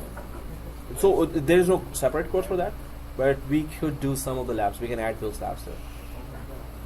But we haven't done that yet. No, we're starting a class separately. Oh, there's no for now. No. Only this class is in demand more. Yeah. And pretty worked up with all the other courses. You do VMware as well, right? Yeah, VMware classes are going on. So 6.5, 6.0 to 6.5 upgrade. Okay. So next week you're gonna let us know, right? If that class is gonna add on Saturday. Oh yeah. So I really need your Gmail. I hope you have emailed me.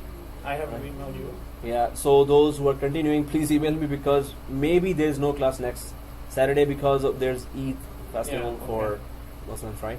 So I'll be then not available as well. If that is on Saturday, if this is not on Saturday, then we are having a class. If it's on Friday, then we're not gonna have a class on Friday, which we never have. So we're gonna still have it. Yeah, Saturday Eid for Muslims, right? Festival. So that's like in a year twice. So I'm not available on that day specifically. If no, so it could be on Friday. It could be on Saturday. There's some, It depends on the moon size. yeah, moon sighting, right? so we follow that. So that's why, and if you have emailed me already, I can update you for that. Yeah. Okay. Right.